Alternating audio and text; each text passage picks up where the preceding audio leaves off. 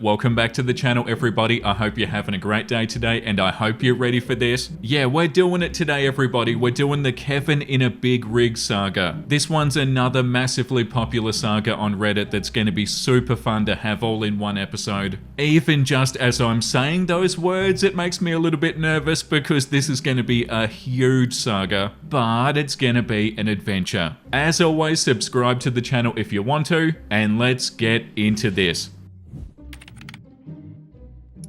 Kevin violates parole. A few years ago, I was a driver trainer for a large trucking company. Basically, my job was to take newly minted truck drivers and teach them how to handle themselves in the real world. Sometimes it was easy, other times it was like teaching a fish to play tennis. One of my students, the Kevin of the story, was so dense that he made a lead brick seem like a feather pillow. Not because of his driving, but because he almost got himself and me arrested. Here's the story. Kevin was on my truck for about 3 weeks. He wasn't the worst student that I had. Another Kevin has that honor, but he was far from the best. At week 2, we end up stuck in Salt Lake City, Utah after delivering a load. It was a slow time of year, and Salt Lake City had always been a sparse area for outgoing loads, so I expected to have to wait to leave out. Not a big deal. I needed downtime. Kevin, from out of nowhere, started to seem anxious about something. When I asked him why he's so tense, he tells me that he needs to get his license changed to his home state. He lived in Louisiana, but his license was from Iowa. The company used a loophole in Iowa state law by granting temporary residency to students to get them a license. After the license was issued, they had 30 days to get it switched to their home state. Not a major issue since management knew the drill and would get us to students' home state in plenty of time. Dude, Kevin asked, when can we go to Louisiana? I need to get my license changed. He asked this every day for a week, but it wasn't until we got stuck in Salt Lake City that it really seemed to bug him. Look, I've told dispatch you need to get home. They'll work it out. Just relax. After 3 days, we finally get to leave Salt Lake City bound for Chicago. It takes a few days, and the entire trip I can tell he's getting more and more nervous. Eventually, he can't talk about anything else except how he needs to get home. He was getting pretty annoying. We make our delivery in Chicago, and we get another going to Laredo, Texas. Normally, we would have gone through Houston, Texas, but this happened during the massive floods, and I knew going that way would be a bad idea. Fortunately, I found a way that would avoid the flooding and get Kevin to his hometown. Better still, we would have enough time for him to get a ride to the DMV, get his license changed, and still make delivery in plenty of time. Win-win-win. And Kevin finally seemed relieved. We get to Kevin's hometown on a Sunday afternoon. As he gets ready to leave, I tell him, first thing in the morning, get your ass to the DMV. Get your license taken care of and get back here pronto so we can get going. He says okay, and leaves with his girlfriend while I enjoy some time to myself. The next morning, I give Kevin until 10 a.m. before I start getting impatient. I texted him asking him where he was and got no reply. I text again, no answer. I call, no answer. I tell dispatch, who's asking me when we'll get moving, that Kevin has disappeared. He was supposed to get his license changed over, but I haven't heard from him all day. Dispatch tries to call him and they don't have any better luck. Apparently Kevin's disappeared. By late afternoon, I start getting the feeling that this little has bailed on me and wasted my time. And this was a common occurrence for new drivers. I tell dispatch that I'll give him until the morning to reach out, and if he doesn't, I'll continue on to Laredo on my own. There was still plenty of time and dispatch agreed. Morning came, Kevin was still AWOL, and I was out of patience. I send him one more text telling him I'm leaving without him, and I head out. I drive for several hours before taking a mandatory break and check my messages. To my surprise, Kevin reached out. Hey man, my PO found out I took a job driving and was pissed that I left Louisiana. She told me to get back as soon as possible or she would have me listed as a fugitive. I called her yesterday, Monday, but she's out of town and told me to wait until she gets back on Wednesday. I'm completely shocked. PO, as in like parole officer. Kevin, are you telling me that you're on parole and you're leaving the state without permission? Yeah, I was in jail for selling dope. I got parole for 2 years. I didn't think it'd be a big deal since I was working. Dude, you violated your parole. You'll be lucky if you don't end up back in jail. Well, my PO said she wants to talk about it Wednesday. Yeah, I imagine so. You better get in touch with dispatch and let them know so they can work something out. I end the conversation and I continue on to Laredo. I deliver the load and I pick up another headed to Atlanta, Georgia. Thursday, I call Kevin to find out what the deal was. He tells me that his parole officer gave him the okay to keep working. I assume you have some kind of official document that says that. I tell him, no, she didn't give me one. Then you better better get one because there's no way in hell I'm leaving the state with you unless I've got something from the state saying it's okay. Why? Because, dumbass, if I carry you across the state lines knowing that you're violating parole, that makes me an accessory to a felony. I'm not going to jail for your stupidity. Oh, okay, I'll ask her. I tell Kevin when and where to meet me. I tell him that if he disappears again, I'm not coming back to get him. He says he understands. I get to the location when I said that I would, and he's nowhere to be seen. I text him, no answer. By this point, my patience for this clown is completely gone. I tell dispatch I don't trust this guy's word, and I'm not taking a chance on him lying to me. I leave out again and I head for Atlanta. Kevin does reach out 6 hours later and wants to know if I'll come back for him. I tell him that he's lied to me 3 times and acted so shady that I can't trust him to do the right thing. If he wants to finish his training, he can sort something out with management, but there's not a chance in hell that he'll see me again. Fast forward a few months, I found out from dispatch that Kevin's parole officer had not given him permission to leave the state again. Apparently I made the right call by leaving him there. Fortunately, they weren't interested in prosecuting me. I have no idea what happened to Kevin, but I imagine he did something else that was stupid and landed him back in prison. As for me, I took a break from training after the whole debacle. This Kevin wasn't the only one I had during my time as a trainer, and he definitely wasn't the worst. But for dragging me into his parole violation, he's firmly in the top 10. That's so funny that he's not the worst. Like, yeah, he's pretty bad, but he's not that bad. This is gonna be such a fun episode. There are 10 parts in this saga, so I'm not gonna spend a whole bunch of time in between the posts. So with that being said, let's move on to story number 2. Kevin in a Big Rig Part 2. First day, first Kevin. The first Kevin I encountered when I became a truck driver was by far the absolute worst. To say that he was as dumb as a box of hammers would be insulting to the hammers. Even now, 6 years later, I can scarcely believe the majority of the things that this guy did that ranged from really, dude? To oh my god. How can you still be alive being so dumb? The worst part is that I had to share a truck with this guy for nearly 3 months, including trying to sleep with him driving an 80,000 pound vehicle without adult supervision. Please keep that in mind as the story progresses. That episode of The Simpsons with the auto drive on the trucks.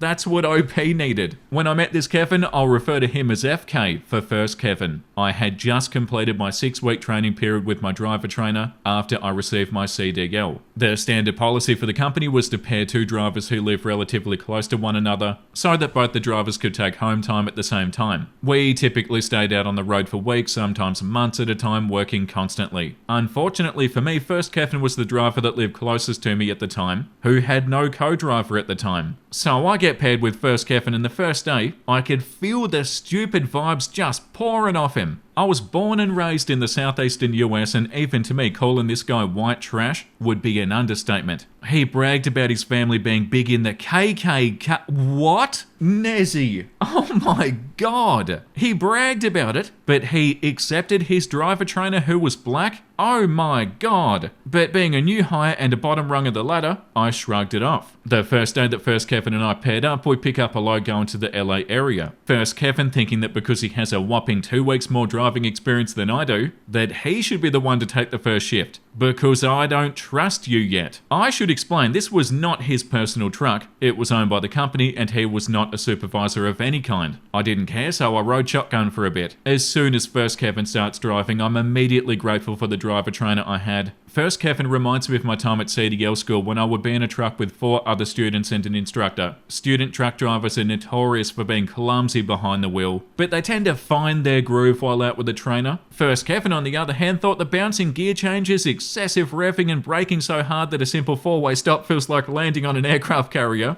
I wasn't very experienced, so I thought nothing about it for long. We get fuel at a nearby truck stop and head west. Once we're on the interstate, I notice that First Kevin keeps picking up a spiral-bound notebook, looking at something and then putting it down. He does this every few minutes for about an hour before I ask him what he's looking at. First Kevin gets a shit-eating grin on his face and hands it to me. It's the route the company sent us. You know, since we're company drivers, we have to follow the company route. Okay, so why do you keep looking at it? The next turnoff's at least 200 miles away. Yeah, but I keep forgetting.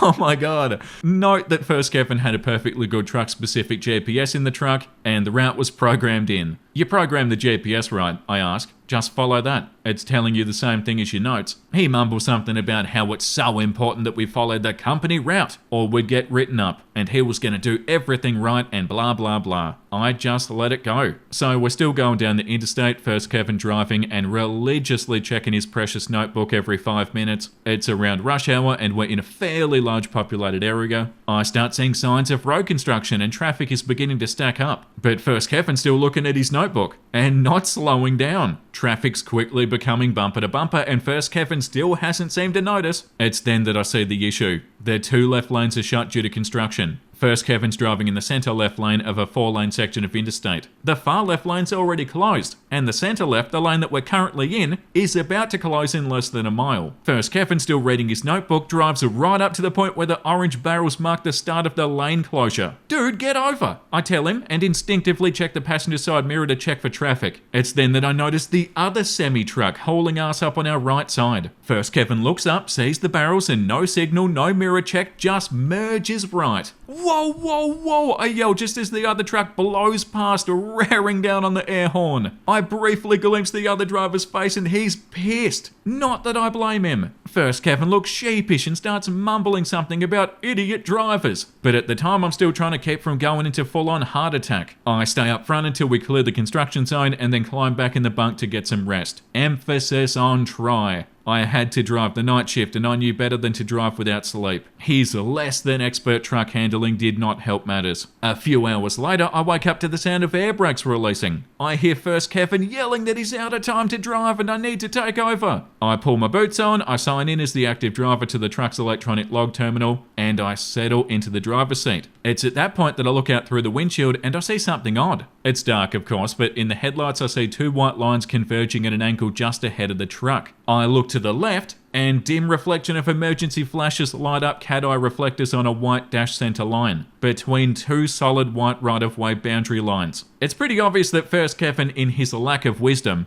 had stopped the truck right at the merging point of a highway on-ramp and a major highway. Where the f*** are we, I demand? I don't know, but I ran out of hours and this was the only place I could find. That was bull. Because there was a rest area 10 miles before that would have been a much better place to stop. Dude, do you have any idea how dangerous this is? Not to mention illegal? Well, I had to stop somewhere. Anyway, I gotta pee. He goes to get out of the truck. No, the f*** you don't, I say, pulling on the seatbelt, releasing the brake and putting the truck in gear. We're not staying here a second longer. If you have to piss, use a Coke bottle. We're out of here. I get the truck going, thanking God that there was no traffic or cops at the time. While first Kevin's grumbling about having to pee in a bottle, I don't care because I'm more concerned about not causing an accident or getting a ticket because of this idiot. He can piss in his pants for all I care. He goes straight to the bunk anyway, so I don't even have to listen to him. I drive the rest of the night without incident, and he takes over again early the next morning. These incidents may not seem too bad, but bear in mind this happened in just the first day. I was with this clown for 3 months, and conditions did not improve during that time. As promised, this will become a series, and first Kevin will start in the first few posts. Stay tuned for more Kevin in a Big Rig stories, and thank you for reading. Oh my flippin' God, this is amazing. This is so fun, it's so entertaining, it's so good that Nez can't even turn around. She's sleeping happily listening to the narration. Let's get straight into Kevin in a Big Rig Part 3, Frozen. I need to work on some accents or like some funny voices for these episodes. It's so fun like trying to get into the character. For some backstory, the following takes place about a month after first Kevin, FK and I were first paired up. If you've read part 2 of this series, then you have some idea of the kinds of Kevin-esque things that first Kevin was capable of. And you'd probably be right. But what he did this time resulted in what was the absolute worst night's sleep of my entire life, and the closest I ever came to committing legitimate murder. Nez knows all about that. We have to deal with Jin, and Jin's a little nightmare. By this point, I already had first Kevin pegged for what he was. An incompetent buffoon who shouldn't be allowed near a soapbox car, let alone an 18-wheeler. But worse, in his obviously demented mind, he thought that he was the absolute top dog of the trucking world. This is in spite of the dozens of times that he'd have to wake me up and get him out of another bad situation, and also how when he merged into that lane, nearly running into another truck, he said that the person in the other truck was an idiot driver. That's so concerning. However, at the time I was more of the grin and bear it mentality, because I was broke and afraid that any screw-ups or boat rocking on my part would get me fired. But that was about to change. One day after picking up a load close to the company's home terminal, we received instructions from dispatch to reload the load in the company's drop yard and take the trucks and trailer to a local dealer in town for scheduled maintenance. This was essentially a glorified oil change and a lube job with a few other items on the checklist, just to make sure that the truck was in good shape. This was normally handled by the in-house mechanics, but because of some serious backlogs, they decided to contract it out. The plan, as relayed by dispatch, was for us to drop the loaded trailer in the yard, bobtail to the dealership for a late morning appointment, get the service done, it'd take 2 hours max, pick it back up when finished and continue on to the destination. Easy in, easy out. Unfortunately, first Kevin was the driver on duty during the shift in which we were supposed to arrive, but in typical first Kevin fashion, he got lost because his infamous system of navigation failed again. As a result, he wasted half a day backtracking and ran out of drive time, leaving me to get us to the terminal, drop the load, and get to the dealership 15 minutes before they shut for the day. This meant that since we missed our appointment, we would have to wait until the next morning when they had an opening in the schedule. Since the opening was first thing that morning and parking at the company terminal was packed, I made the call to park the truck outside the dealership for the night. We had plenty of fuel and there was a gas station within walking distance where we could get food. The shop told us this was fine, so that was that. This happened in around late November, early December in the Midwest. The winter had already shown signs of being bad and snow had been falling for weeks already. The weather forecast for that night was to dip well below freezing not long after sunset. After squaring everything away with the service reps at the shop, I turned to First Kevin. Look, First Kevin, it's gonna get cold when the sun goes down. I'm gonna walk over to the store and grab something to eat tonight. You coming? First Kevin replied, "Nah, I got food. I'm going to see if I can get that bunk outlet to work." For a few days he'd been complaining that one of the 12-volt outlets in the bunk section of the cab wasn't working. Apparently it was a major issue for him even though neither of us had any electronic device other than our cell phones, and the bunk had a total of 4 outlets and only one didn't work. But trying to tell him that fact only made him upset and make him flex his 1 week of seniority over me. I really didn't feel like arguing, so I left him to it. I go and buy food for dinner, some snacks to have in reserve, beverages to hold me over for the night, and 2 packs of cigarettes because smoking was the only thing that could calm my nerves enough to not strangle First Kevin each time he had to wake me up to help him navigate. As I'm heading back, the sun goes down and I can see a nearby pond start to freeze. I quicken my pace so I can get back to the warm cab. As I get to the truck, I see First Kevin in the passenger seat, hunched over something. I go around to the driver door and I jump in. For those who don't know, trucks meant for long-haul operations have very thick insulation to hold in heat for a very long time. This came in handy since the truck had an idle limiting system that wouldn't allow the engine to run for long periods of time, sitting at idle. If the engine was needed to maintain heating or air conditioning while parked, the driver could set a device much like a digital thermostat. You set the control for the temperature you want the cab to be, select it to either heat or cool, and the engine will start and stop to maintain temperature much like the central unit of a house. Since the cab was well insulated, the cab of the truck could stay warm for hours. Before I left the truck to go to the store, I made sure to set the idle control system to maintain a comfortable temperature. When I got back, however, I couldn't help but notice that it was colder than when I left it. Much colder. What was strange about that was that the engine was running fine. Naturally, I checked the temperature controls on the dash. They were set to full heat and full fan. And that's when it hit me. There was nothing coming out of the dash vents. The blower fans were dead quiet. I looked over at First Kevin, who I just noticed is poking around with the fuse panel that's hidden behind the rear panel of the glove box. First Kevin, why is the heat not working? I don't know. It stopped working when I was checking the fuses. That led me to my second question. Why are you messing with the fuse panel? I was trying to get that outlet to work. As you may know, most vehicles have 2 fuse or relay panels, one beneath the hood in the engine compartment and another inside. Trucks are the same in that regard, except they have a lot more fuses than the average passenger car. One thing that was stressed heavily during my training was that the fuse panel inside the glove box of the truck was strictly off limits. This is because if somebody goes carelessly pulling fuses, looking for a bad one without first disconnecting the power, It could cause a surge through the panel and short out other circuits. Since the fuses in the glove box controlled vital circuits such as external lights, dashboard instruments, and engine controls, messing around with them could lead to major issues. Also, the dash blower motor circuit was also fused in the same panel, and first Kevin had been messing with it. It's hard to remember what I was feeling at the time. Anger, hate, panic, homicidal rage, all of the above. I exclaimed as I jump into the bunk area. I checked the thermostat, it's showing 58 Fahrenheit, 14 Celsius, when it was set to 73 Fahrenheit, 22 Celsius. I checked the vents in the bunk heat controls and I turned them full heat and full fan, but sadly, nothing. We were in a truck with no heat and near freezing conditions. To make matters worse, the shop at which we were parked was already shut. We were in trouble. I grabbed the truck's computer and I sent an urgent message to dispatch, telling them that our heater isn't working and the temperature outside's dropping fast. First, Kevin's still mumbling about the outlet.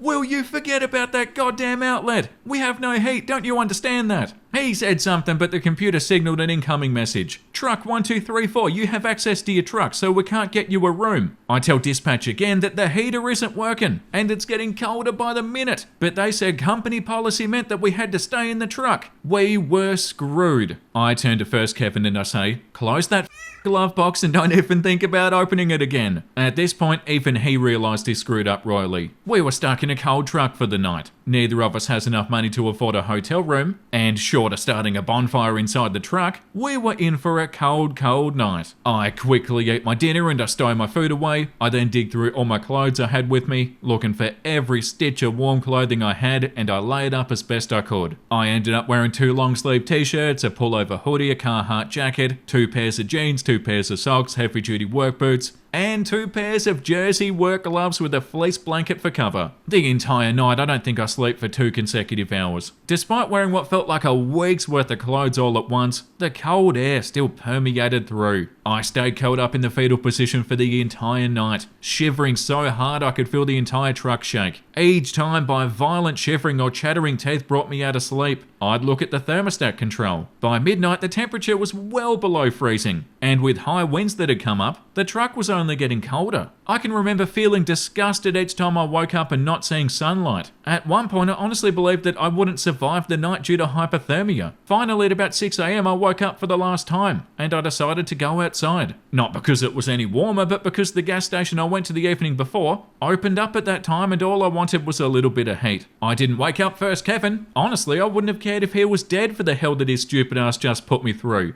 over a power outlet. I walked to the store looking like a vagrant with withdrawal symptoms from shivering so much. When I walked into the store after that long bitter night, I wanted to cry because the heat felt so nice. The cashier gave me a puzzled look but saw my baseball cap that had my company's logo and let it go. I bought 2 cups of piping hot coffee and a warm breakfast. I took my time savouring every bit of it. Since the station had a dining area and wasn't busy, I really wasn't in any hurry to get back. I sat in that station for about 2 hours before I had to head back. The shop opened at 8 and I wanted to get the truck in the shop and fixed ASAP. I get a 3rd coffee for the walk back and I get over to the shop just as the office is opening. First Kevin's waiting outside and sees me holding my coffee. He asks where I got it and I pointed to the gas station. The rep opens the door and we go inside, check in with the desk and hand the truck key to the technician so that he can get started. First Kevin, who was useless when it came to things like this, went to the lounge area. I made sure to tell the tech about the fan and I asked if he could check it out. He said that he would. I signed the paperwork and I head to the lounge. In the lounge, First Kevin looks frustrated. He wanted coffee too and was disappointed to learn that since the shop just opened, the office staff hadn't made any in the lounge yet. Well, walk over to the gas station and get one, I say, trying not to snicker. You know I can't walk that far. Why don't you go get me one? He asked indignantly. I should point out that First Kevin had a bad leg due to, if you can believe it, a bad car accident. I know, right? Big shocker. At first I felt bad for him being partially disabled, but by that point, after everything I'd endured because of his stupid ass, I was tempted to damage his good leg so there'd be a matching set. Because I signed the truck in, that means I have to be there when it's released. First Kevin gets mad. Well, why didn't you wake me up and ask me if I wanted anything? he demands, almost throwing a tantrum. It was at this point that my tolerance for First Kevin glitched. This son of a bitch put me through a living hell of no sleep, being thrown around the truck like a ragdoll because of his horrible driving, having to take flack for his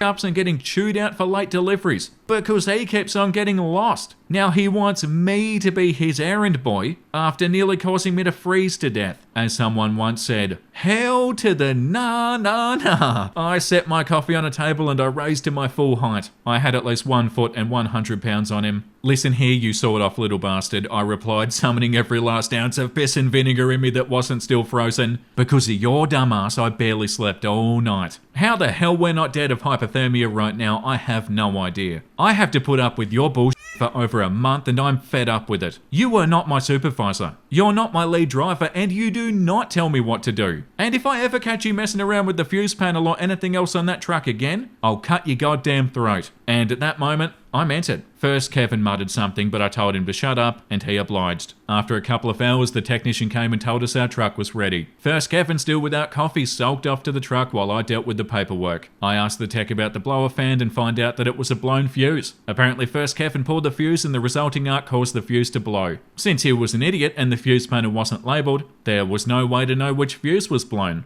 He told me to make sure that next time I needed to check the fuses to disconnect the batteries first. I laughed, I signed the papers, and I went back to the truck. Back in the truck, I send a message to dispatch and I tell them we're ready to roll. First, Kevin had climbed back into the bunk, obviously still sulking. I take the first drive shift of the day so the load can once again be back on track. While I wish I could say this was the end of my misadventures with First Kevin, it's not. There's more. Yeah, it gets even better, folks. Again, thank you all so much for reading and thank you for the support and encouragement. It really does mean a lot. The top comment says, oh, I'd be quitting at this point.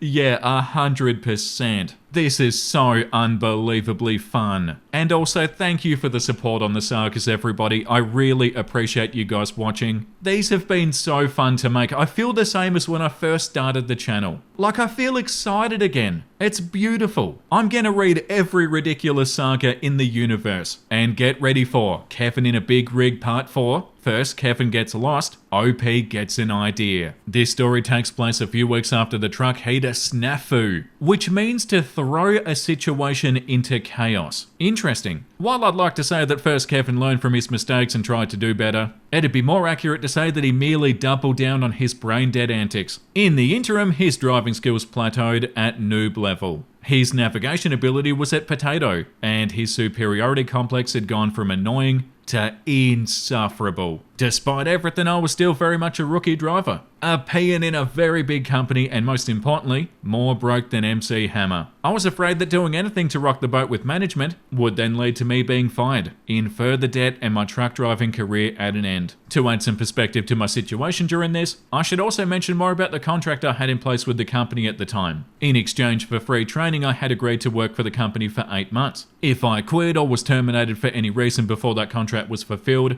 I'd be liable for over $6,000 in tuition fees. Furthermore, since the company owned the training facility at which I trained, they could refuse to release my CDL school records to any prospective employers, unless they bought the contract. Since most reputable employers required proof of completion of a CDL school, and were unwilling to make such an investment in a relatively inexperienced driver, I was stuck and pretty much at their mercy. This is the dark truth that many supercarriers such as Swift, Werner, and CRST will not tell you when they promise you a rewarding career and free training. In short, I was pretty much powerless, but that was about to change. And in some strange way, I've got first Kevin to thank for that. The morning on which this story takes place started out like pretty much every other day for the past 2 months. First, Kevin finished his shift and me waking up to see what kind of fresh hell of a mess I had to sort out. The day before, we'd picked up a load in Pennsylvania with me doing the initial pickup. I'd gotten us just across the state line into Ohio before getting off duty. Just before picking up said load, I'd filled the fuel tanks completely and burned maybe a quarter of the tank before going off duty. The next fuel stop was in less than 400 miles. We had more than enough fuel to get there. Again, first Kevin had ended his shift with no clue where we were. No surprise there. A quick look out the window. Oh, we're on the shoulder of a highway. What a completely unexpected and unprecedented development. Yawn. Fine, let's get this over with. By this point, I'd already purchased my own truck-enabled GPS. First Kevin, apparently upset that I didn't recognise his obviously superior ability, had thrown a tantrum and demanded that I no longer use his GPS because he would work out the route. Yeah, right.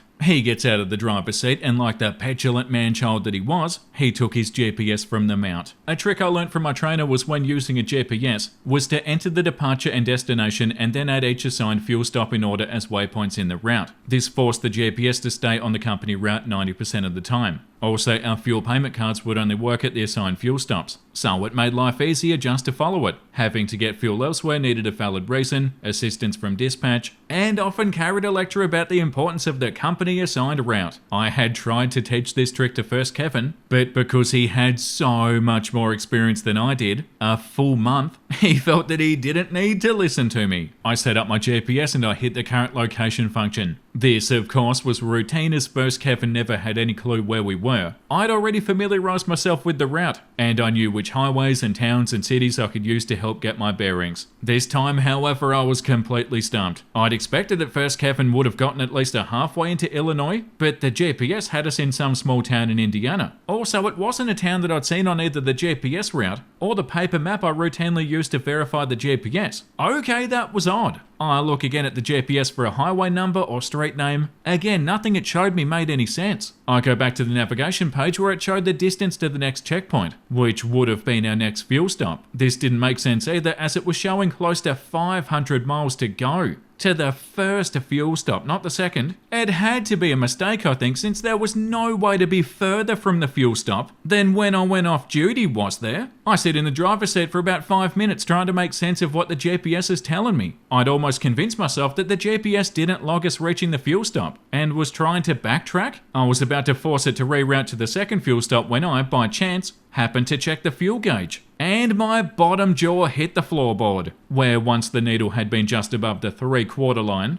it was now showing less than a quarter of a tank. By my estimates, that was good for about 100 miles safely. Something was very, very wrong. First Kevin, where the hell are we? I asked, knowing that it was in vain. I don't know, he replied testily. He'd been growing more indignant ever since the heater fiasco. Did you get to the first fuel stop? Did you get lost again? He didn't respond right away. I was following the company route, he finally replied proudly, because we're very low on fuel and we're further away from the fuel stop than when you started. He looked stunned, apparently he hadn't realised that fact. I turned back to my GPS and I take a look at the map and everything became clear. We were way off course, about 300 miles away from the interstate that we were supposed to be on. I didn't even know how, but we were well and truly lost. Lost and low on fuel in the Midwest and well into the winter time.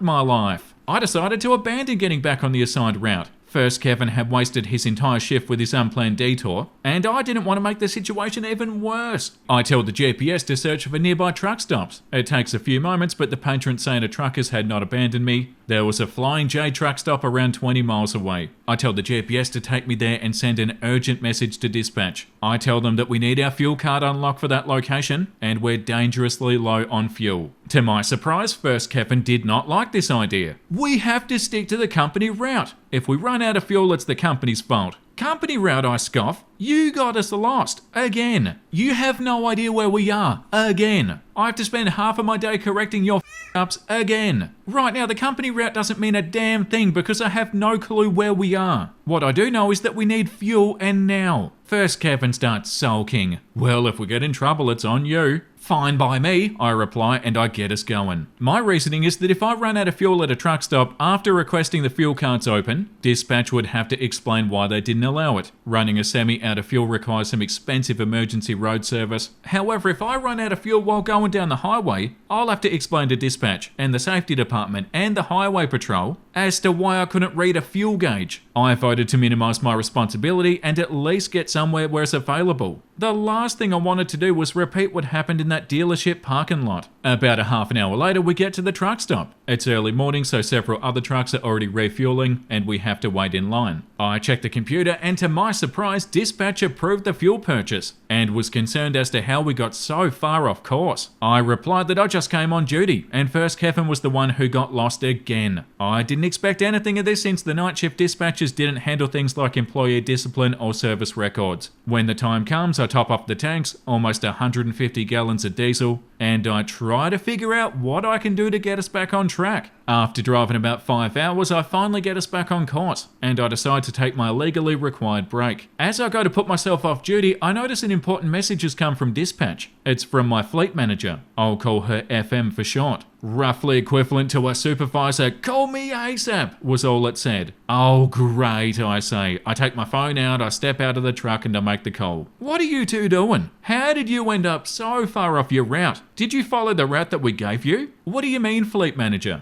"Well, first Kevin says that you've been ignoring the company routes. That's why you've been getting lost." "Well, that explains it. First Kevin the little weasel sent her a text message with some made-up story. My blood started to boil." "Fleet manager, first of all, I have no clue what happened. When I finished my shift yesterday afternoon, everything was fine. We were on course and had plenty of fuel. I woke up this morning on the side of a 2-lane highway in the middle of Indiana with no clue how I got there and running on fumes. That's why I sent the message to have the fuel cards opened." "Well, you two are a team, so you have to work together." I take a deep breath, fighting back the urge to launch into a verbal tirade that would surely get me fired. "Fleet manager, you know what First Kevin's like. Well, just figure it out." She hangs up and I have to fight the urge to throw my phone across the parking lot. A short time later, I return to the truck and I make ready to head back out. First Kevin sitting in the passenger seat, his precious notebook in hand. He's trying to hide a shit-eating grin on his face, but his 70s porn star mustache gives it away. "So," he said, "you gonna follow the company route? You're a company driver, so you gotta follow the company route." He then hands me his notebook, open to the page that he'd written down the route. I take it and I throw it in the back. "Listen to me, head. You're not my boss. You're not my trainer. I don't take orders from you. From now on, I'll drive the truck my way. You drive it yours. Unless it's an emergency, keep your holster mouth shut." For a moment, he looks terrified, then petulant as he goes back to the bunk. Good riddance. For the rest of the day, I go through everything that had happened over the past 2 months. When I think that after all the times I had to babysit a supposedly more experienced partner, I get blamed for everything going wrong. I just get more and more upset. But since I'm a broke newbie driver under a hobbling contract and no support from anybody, what can I do? I need to get away from this clown, but how? If only there was some way that I can prove that he's up. I'm just a truck driver. And that's when it hit me. I wasn't always a truck driver. Before I started driving, I was a manager at a steel mill. I was an engineer by trade, and my previous job had me dealing with safety and environmental regulations, quality control, OSHA, DOT, and my least favourite, corporate bureaucracy. Corporation. The company that I was driving for was a corporation, with a hierarchy of increasingly incompetent managers, VPs and directors, who'll be slow to take responsibility but first to demand that somebody else do so. However, I happen to know how to get their attention: documentation. But what I needed was something to document. Cue my other valuable skill set: investigation. Part of my old job had been to investigate accidents and chemical spills, defective products, and then find out what happened and why it happened and how to prevent it in the future. In doing this, I learned that the more details you gather, the better. Dates, times, names of witnesses, photos, video, ambient air temperature, tea price in Bangladesh. If it was even remotely relevant, write it down. Best of all, I was really good at it, often finding problems everybody else overlooked. So the two pieces of plan began to form. First off, I need to observe everything that First Kevin did and said, looking for something I could use to prove just how incompetent that he truly was. In addition, every time he got lost or went off route, I'd take a picture with my phone of the truck's computer logs, showing the GPS pings and their timestamps along with a photo of his daily driver log. First Kevin would be under investigation and not even know it. I finish my drive shift and go off duty. Before I go to sleep, I decide to check the computer records to see exactly what First Kevin did the night before that got us so very lost. According to the GPS pings, he'd for some reason turned off the interstate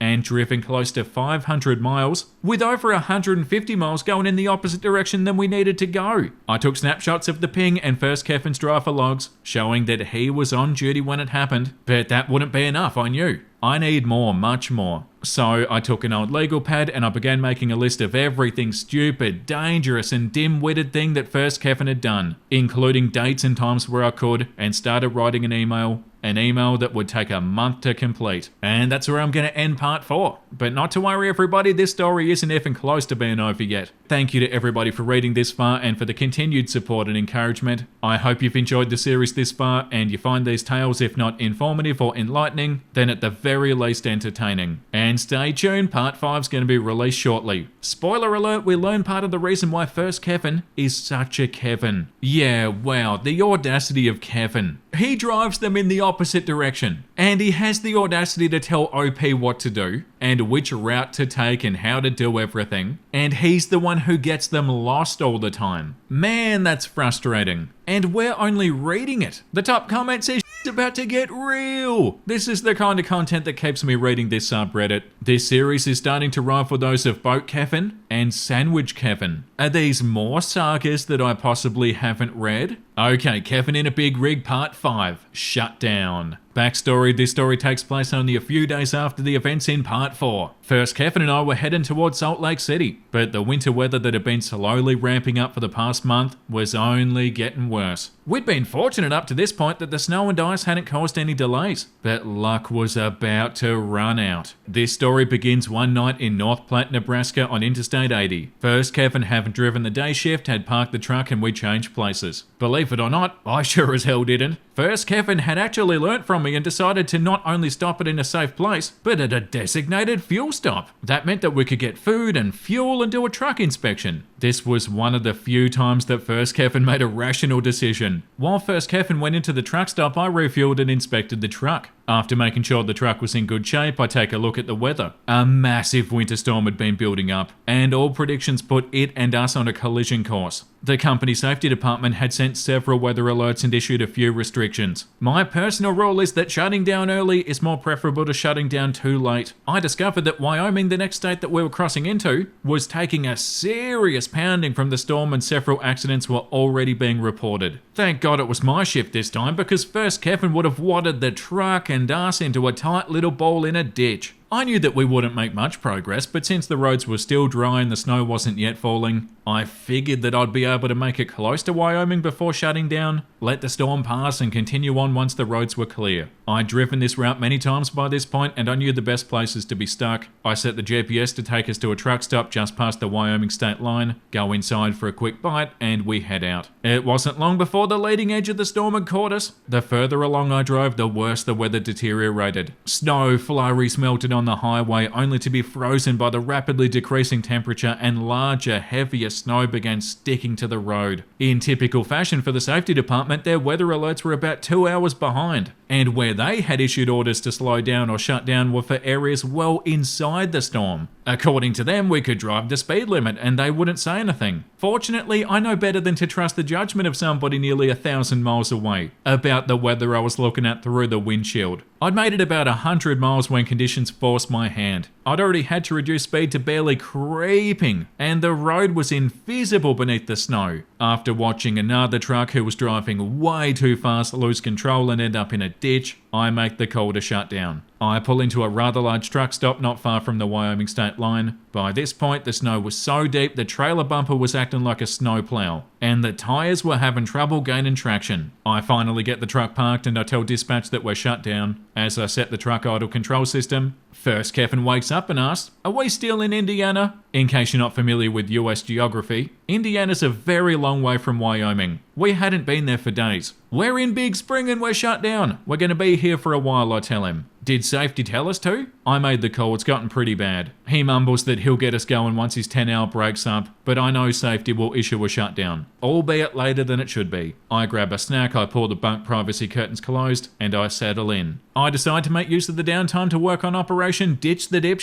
For the past couple of days, I've been writing down everything I could remember since day one with First Kevin. I jot down everything, major and minor, along with dates, times, and locations. Every missed turn, every unnecessary detour, every violation that First Kevin had made goes on the list. My plan was to copy it all to an email, but I wanted to make sure that nothing was left out. While First Kevin was asleep, I decided to go through the truck's computer records. I start by going through First Kevin's hours of service log. This is a legally required record that shows what a driver does every single day. Since drivers can only drive a set number of hours per day, any violation would show on the log. Best of all, these computer logs couldn't be tampered with. Every time he drove longer than he should have, I made a note. The computer also keeps a record of abnormal truck activities. One of these is called hard braking event. A hard braking event is, as the name suggests, an instance where the truck experiences excessive braking. Remember how I said first Kevin was heavy on the brakes? Well, the computer agreed. There were dozens, if not hundreds of these records filed during his drive shifts. To be clear, it takes a very hard brake check to trip one of these events. I use my phone to snap a quick photo of the computer screen. I make my notes and I climb back into my bunk for the rest of the night. The next morning I wake up and I go to the front of the cab and check the computer for messages. As I predicted, safety had issued a mandatory shutdown for all trucks in and out of the area. Just as well, otherwise I'd have to duct tape first Kevin to his bunk bed to keep him from trying to leave. The storm was still dumping snow and the paved parking lot of the truck stop is packed full of trucks. And the interstate visible from our parking lot is dead quiet. No one's going anywhere. Despite this, I breathed a sigh of relief. First Kevin might be stupid, but his sycophant attitude meant that he wouldn't dare defy the company. We were safe for the time being. First Kevin wakes up a little while later. Are we still in Illinois? He asks. We're in Nebraska, close to Wyoming. Safety has us shut down. Oh, he replies and goes back to the bunk. It was then that I knew something about first Kevin was off. More so than I thought. Twice in less than 12 hours he's forgotten where we are. Indiana and Illinois are behind us by a few days at this point. There's no way he could be that confused. I try to put it out of my mind for the time being and decide to brave the weather in the interest of breakfast. I grab some food and coffee and I check the weather conditions to the west. Wyoming Department of Transportation had shut down the entire interstate, and over 200 accidents had been reported in the past 24 hours. I talked to a few drivers who'd come in from the west and their accounts matched the reports. It's pretty clear that we're not going anywhere soon. After about an hour, I head back to the truck and decide to catch up on some sleep. First, Kevin's fully awake at this point, messing around with the computer. As I climb inside, he asks, "Are we still in Illinois?" What? He still doesn't know where we are? No, I explained, we're in Nebraska. We got here last night and we haven't been in Illinois for 3 days. You don't remember? This was the question that answered far more than I thought. First, Kevin explained to me that about a year before, he'd been involved in a serious car accident. One of many. According to him, he ran off the road at high speed. He was hospitalized with a shattered leg, that's his bad leg now, and was in a coma for 21 days. His doctors told him that being in a coma that long would probably cause some brain damage, and it had.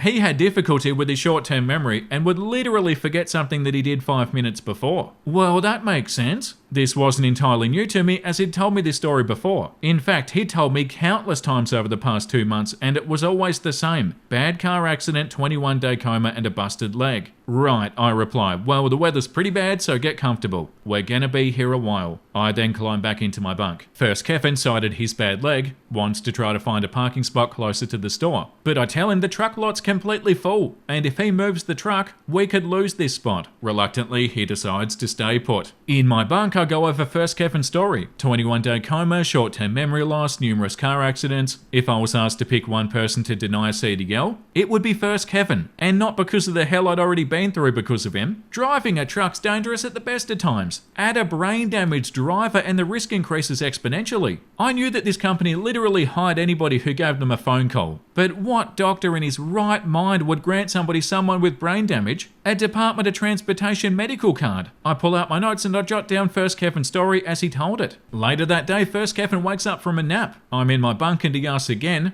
"Are we in Illinois?" I say, defeated, "No, first Kevin, we're in Nebraska. You've asked me that 3 times already." "Ah, well, I've got bad short-term memory. See, I was in a car wreck." And he repeats the same story again, practically word for word. "Did safety shut us down?" he asks. "Yes, so did Wyoming Department of Transportation," I explain. "Oh, okay." He goes quiet again. We end up stuck for 2 full days waiting for the road conditions to clear. By late morning on the 3rd day, we receive word that the road conditions have improved to the point where we can proceed. By that point, first Kevin had repeated his story another 3 times. Each time he was completely unaware that he'd told it earlier. I've decided there's something seriously wrong with this guy, and he's a danger to himself and anybody sharing a highway with him. I didn't know if I can get him off the road at that point, but I knew I could get reassigned. Our unexpected downtime had given me time to work out my exit strategy. I volunteer to take the first shift. I figure if the roads are iffy, I have the better chance of getting through safely. This was a good call on my part, as I counted no fewer than 20 accident sites in the first 50 miles. Many of these still hadn't been cleared, and the vehicles were left in the ditch or the median.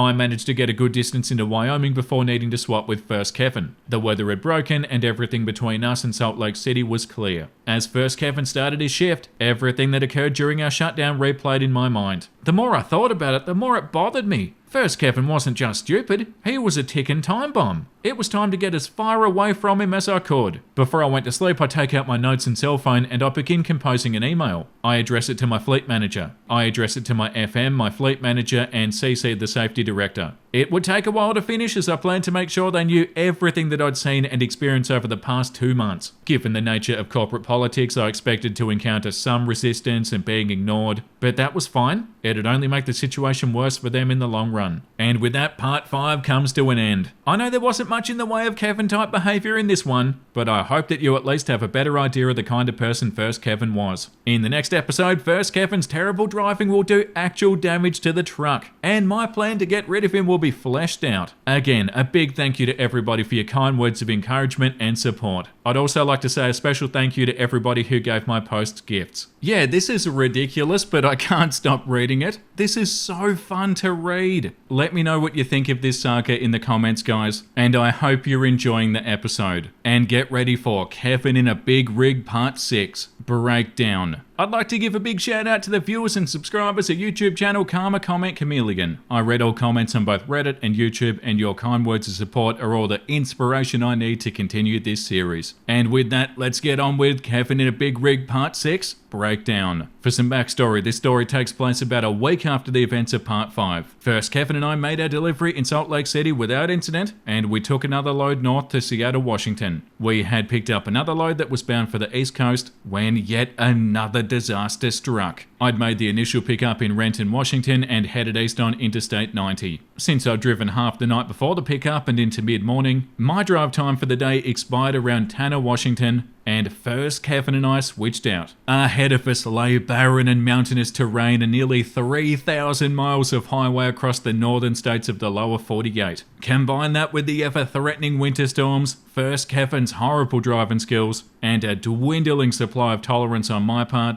I was beginning to wonder if First Kevin would kill us both before I could get rid of him. At the end of my drive shifts each day, I'd been religiously copying the information from the notes I'd taken into an email on my phone. I addressed it to my fleet manager and the company safety director. Using my most professional and courteous language, I outlined everything I'd witnessed over the past 2.5 months. I'd reached the point where I didn't want revenge or compensation, or even demand he be fired. I just wanted to get away from him. But in order to do that, I needed a valid reason, so management would be convinced. One reason? How about 100? First, Kevin took over and proceeded east along Interstate 90 towards Idaho. As was my habit by this point, I rode shotgun upon first leaving out at sight. I'm still in the jump seat when we reach Snoqualmie Pass. In my opinion, there are 3 critical skills that all drivers must learn if they want to last long enough in the industry to make any real money. Navigation, backing up with a trailer, and going down a long, steep mountain grade fully loaded. Going up a mountain might be slow and arduous. Going down can quickly turn deadly. Just like that Simpsons episode. If a driver doesn't control the speed during the descent, he'll find himself behind the wheel of a runaway death machine. That is so metal. To make the situation more difficult, the brakes of the truck can overheat and completely fail if overused, making the loss of control inevitable. If you've ever driven through mountains and seen runaway truck ramps, that's exactly what they're there for. A pre-selected crash scene. Most trucks now have a feature called engine brakes, more commonly known to truck drivers as jake brakes. Unlike the typical wheel brakes, engine brakes cause the truck to slow down by restricting airflow in the engine. This causes the engine to add resistance in the drivetrain, and then serve as a sort of drogue chute. Also, unlike wheel brakes, engine brakes will not overheat or fail from overuse. When used properly, they can make going down a mountain grade far more efficient and safe. The use of engine brakes also happens to be one of the issues that First Kevin and I disagreed upon. While I'd been properly instructed by my trainer on how to use the engine brakes effectively, First Kevin was adamantly opposed to them. He wasn't shy about voicing his disapproval of my using them, but there was very little he could do about it. His opinion wasn't due to some rational reason, it was simply because the company safety department said so. During post-training orientation, the course presenters often had made a major issue about how engine brakes weren't that useful, and that they wish they didn't come with the trucks. I later learned that these presenters were drivers who mostly quit within 2 months. I learned from my trainer, a 30-year trucking veteran, that engine brakes were lifesavers. First, Kevin, being the sycophant that he was,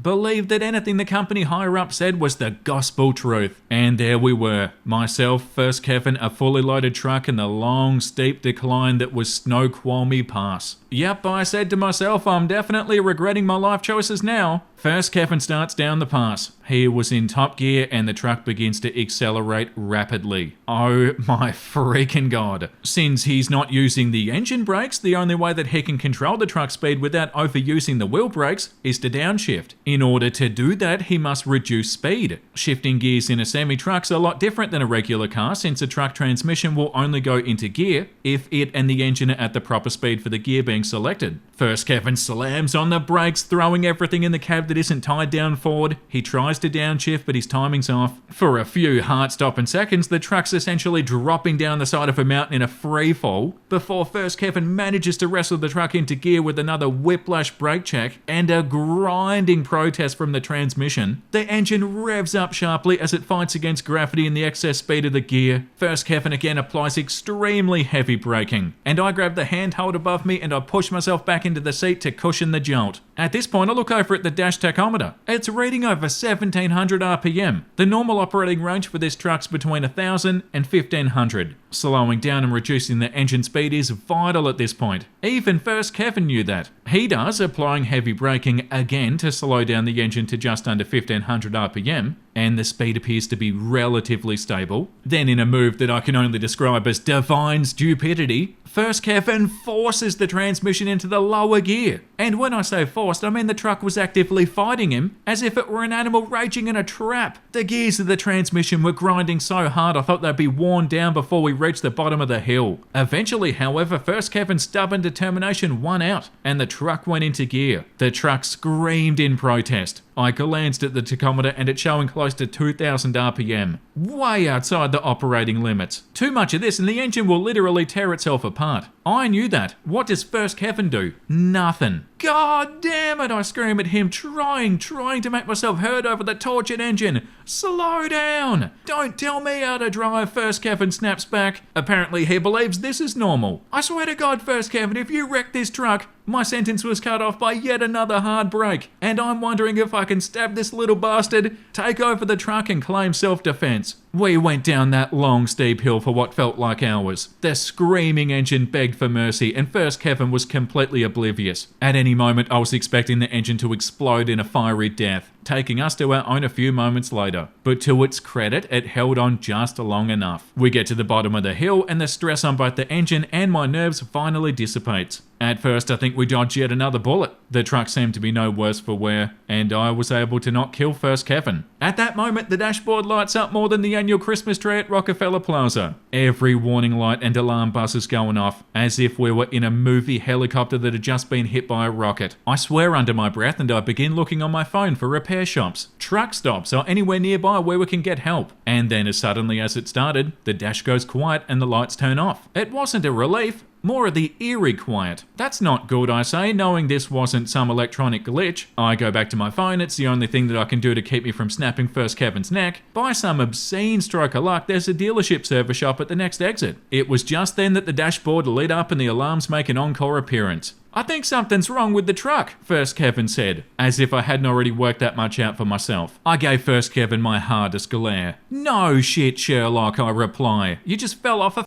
mountain and blew the engine up. What do we do? He asked like a lost little boy. I take this moment to highlight his stupidity. I don't know, super trucker. You're the one who knows everything. Why don't you tell me? To say my nerves were frayed at this point would be a gross understatement. First Kevin keeps on looking between the road and the dash. I can tell he's lost and confused and clueless. Just then the engine derates, essentially limiting its speed and horsepower in order to prevent further damage. Something seriously wrong and First Kevin's completely useless. Next exit, I say, there's a dealership shop. First Kevin nods nervously. He rounds a bend and the exit comes in sight. Despite the truck's reduced speed, First Kevin is about to blow right past it. Something he can't very well afford to do. First Kevin exit now, I say. Here? He asked, unsure. Now, I screamed, not even trying to be civil. First Kevin takes the exit, braking extremely hard again to get slow enough so as not to overturn the truck. I can see the sign for the dealership and guide First Kevin to it. We pull into the parking lot just moments before the truck dies. Charmed life, I think. I turn to First Kevin and I say, you send dispatch a message, tell them where we are and that we're checking into the shop. I'll go talk to the shop. He doesn't get a chance to protest as I jump out and head inside. The techs run a diagnostic and they find a long list of fault codes. I've got to coordinate between dispatch and the shop. What are you doing, Nettie? You got an itchy ear, do you? Beautiful kitty. Because the company maintenance overseer knew nothing about trucks, and First Kevin was completely useless, and find out that the truck will need to be in the shop overnight. Probably longer, surely. They reluctantly agree to spring for a hotel room within walking distance, and we go check in. Yeah, First Kevin and I spent about 3 days in that hotel while the truck was being repaired. No, Nezzy! First Kevin, by virtue of his short-term memory problems, had completely forgotten about how it was all his doing. He gave me some speech about how dangerous engine brakes were, but I reminded him that he was the one who was driving when the truck broke down. He tried to pass the blame, but it didn't matter. I had a more important task to focus on. If you ever needed or wanted to know how to make a rigid corporate structure to act in your favour, you might want to take notes. I'd been gathering evidence against First Kevin for about 2 weeks before we broke down. In those 2 weeks, I've been able to gather enough problems against him that would make a district attorney green with envy. I divided my time between copying my notes to email and jotting down new items as they cropped up. It was tedious as the list never seemed to go down, but eventually the email was ready. The only question that remained was who exactly would get the email. Nez is back in the basket, everybody. Normally I'd simply email my fleet manager like one would a supervisor. The problem was such major issue would need nearly every department in the loop. The only problem was the company was strictly compartmentalized and often territorial. It wasn't uncommon to get messages from 3 or 4 department heads for one minor infraction. For example, when I had to request fuel in Indiana, I had to explain why to the route planning manager, fleet fuel controller, and the planning department in addition to my supervisory fleet manager. Not only was this incredibly ineffective and annoying, it did provide insight into how the system could be manipulated. For all of its segmented nature, there was one department that had full authority over any other. That was the safety department. Since every trucking company must take safety seriously, the safety managers are taken very seriously. More often than not, a safety manager held more power than the CEO, and was the one department who could rally the others to a cause. My plan was to send emails to the heads of every department that had jurisdiction over any of First Kevin's violations. Hours of service, planning, human resources, driver training, each department head would get the email. In addition, my fleet manager and the safety manager would get the exact same email. With any luck, one of the emails would trigger an investigation, the findings of which would start a chain reaction. At best, the safety manager would order every department to look into the matter. What I was careful not to do was to come off accusatory or demanding. My philosophy has been to assume ignorance before malevolence. That is, assume that company simply wasn't aware of what was going on. And if I demanded that First Kevin was fired, I would risk coming across as bitter and spiteful, which would accomplish nothing. No, my emails would be professional, concise, detailed, and presented in a way that would say, hey, I found these problems and I wanted to bring them to your attention. The issues themselves would cause the panic. It was during this breakdown that I put the finishing touches on my plan. I dug through the company directory for the relevant emails, I organized the documents and photos in the email, and I arranged the list of violations by the relevant departments. If and when an investigation took place, all they'd have to do is look where I pointed. I'd nearly completed the email during the 3-day downtime while awaiting repairs. The day the truck was repaired, First Kevin and I went to shop a few hours before the truck was released. When the techs told us it was ready, I was surprised that First Kevin offered to sign it out and take the first shift of the day. It was uncharacteristically generous of him, which I found suspicious, but I did not say so. I decided to make a restroom stop before we left out. On the way out the door, I walked by the service desk. The tech who worked on our truck was finishing up the ticket and waved me over. Hey, he said, somewhat bewildered. Are you with that short guy with the limp? Yeah, why do you ask? I reply. Well, he had a weird question. I take a deep breath. I had a feeling what that question would be. Let me guess, he was asking about the engine brakes. The tech was taken aback. Yeah, he wanted to know how to disable them. I thought it was weird because why would anybody want to do that? I shake my head in disgust and I glance to make sure that First Kevin isn't in the room.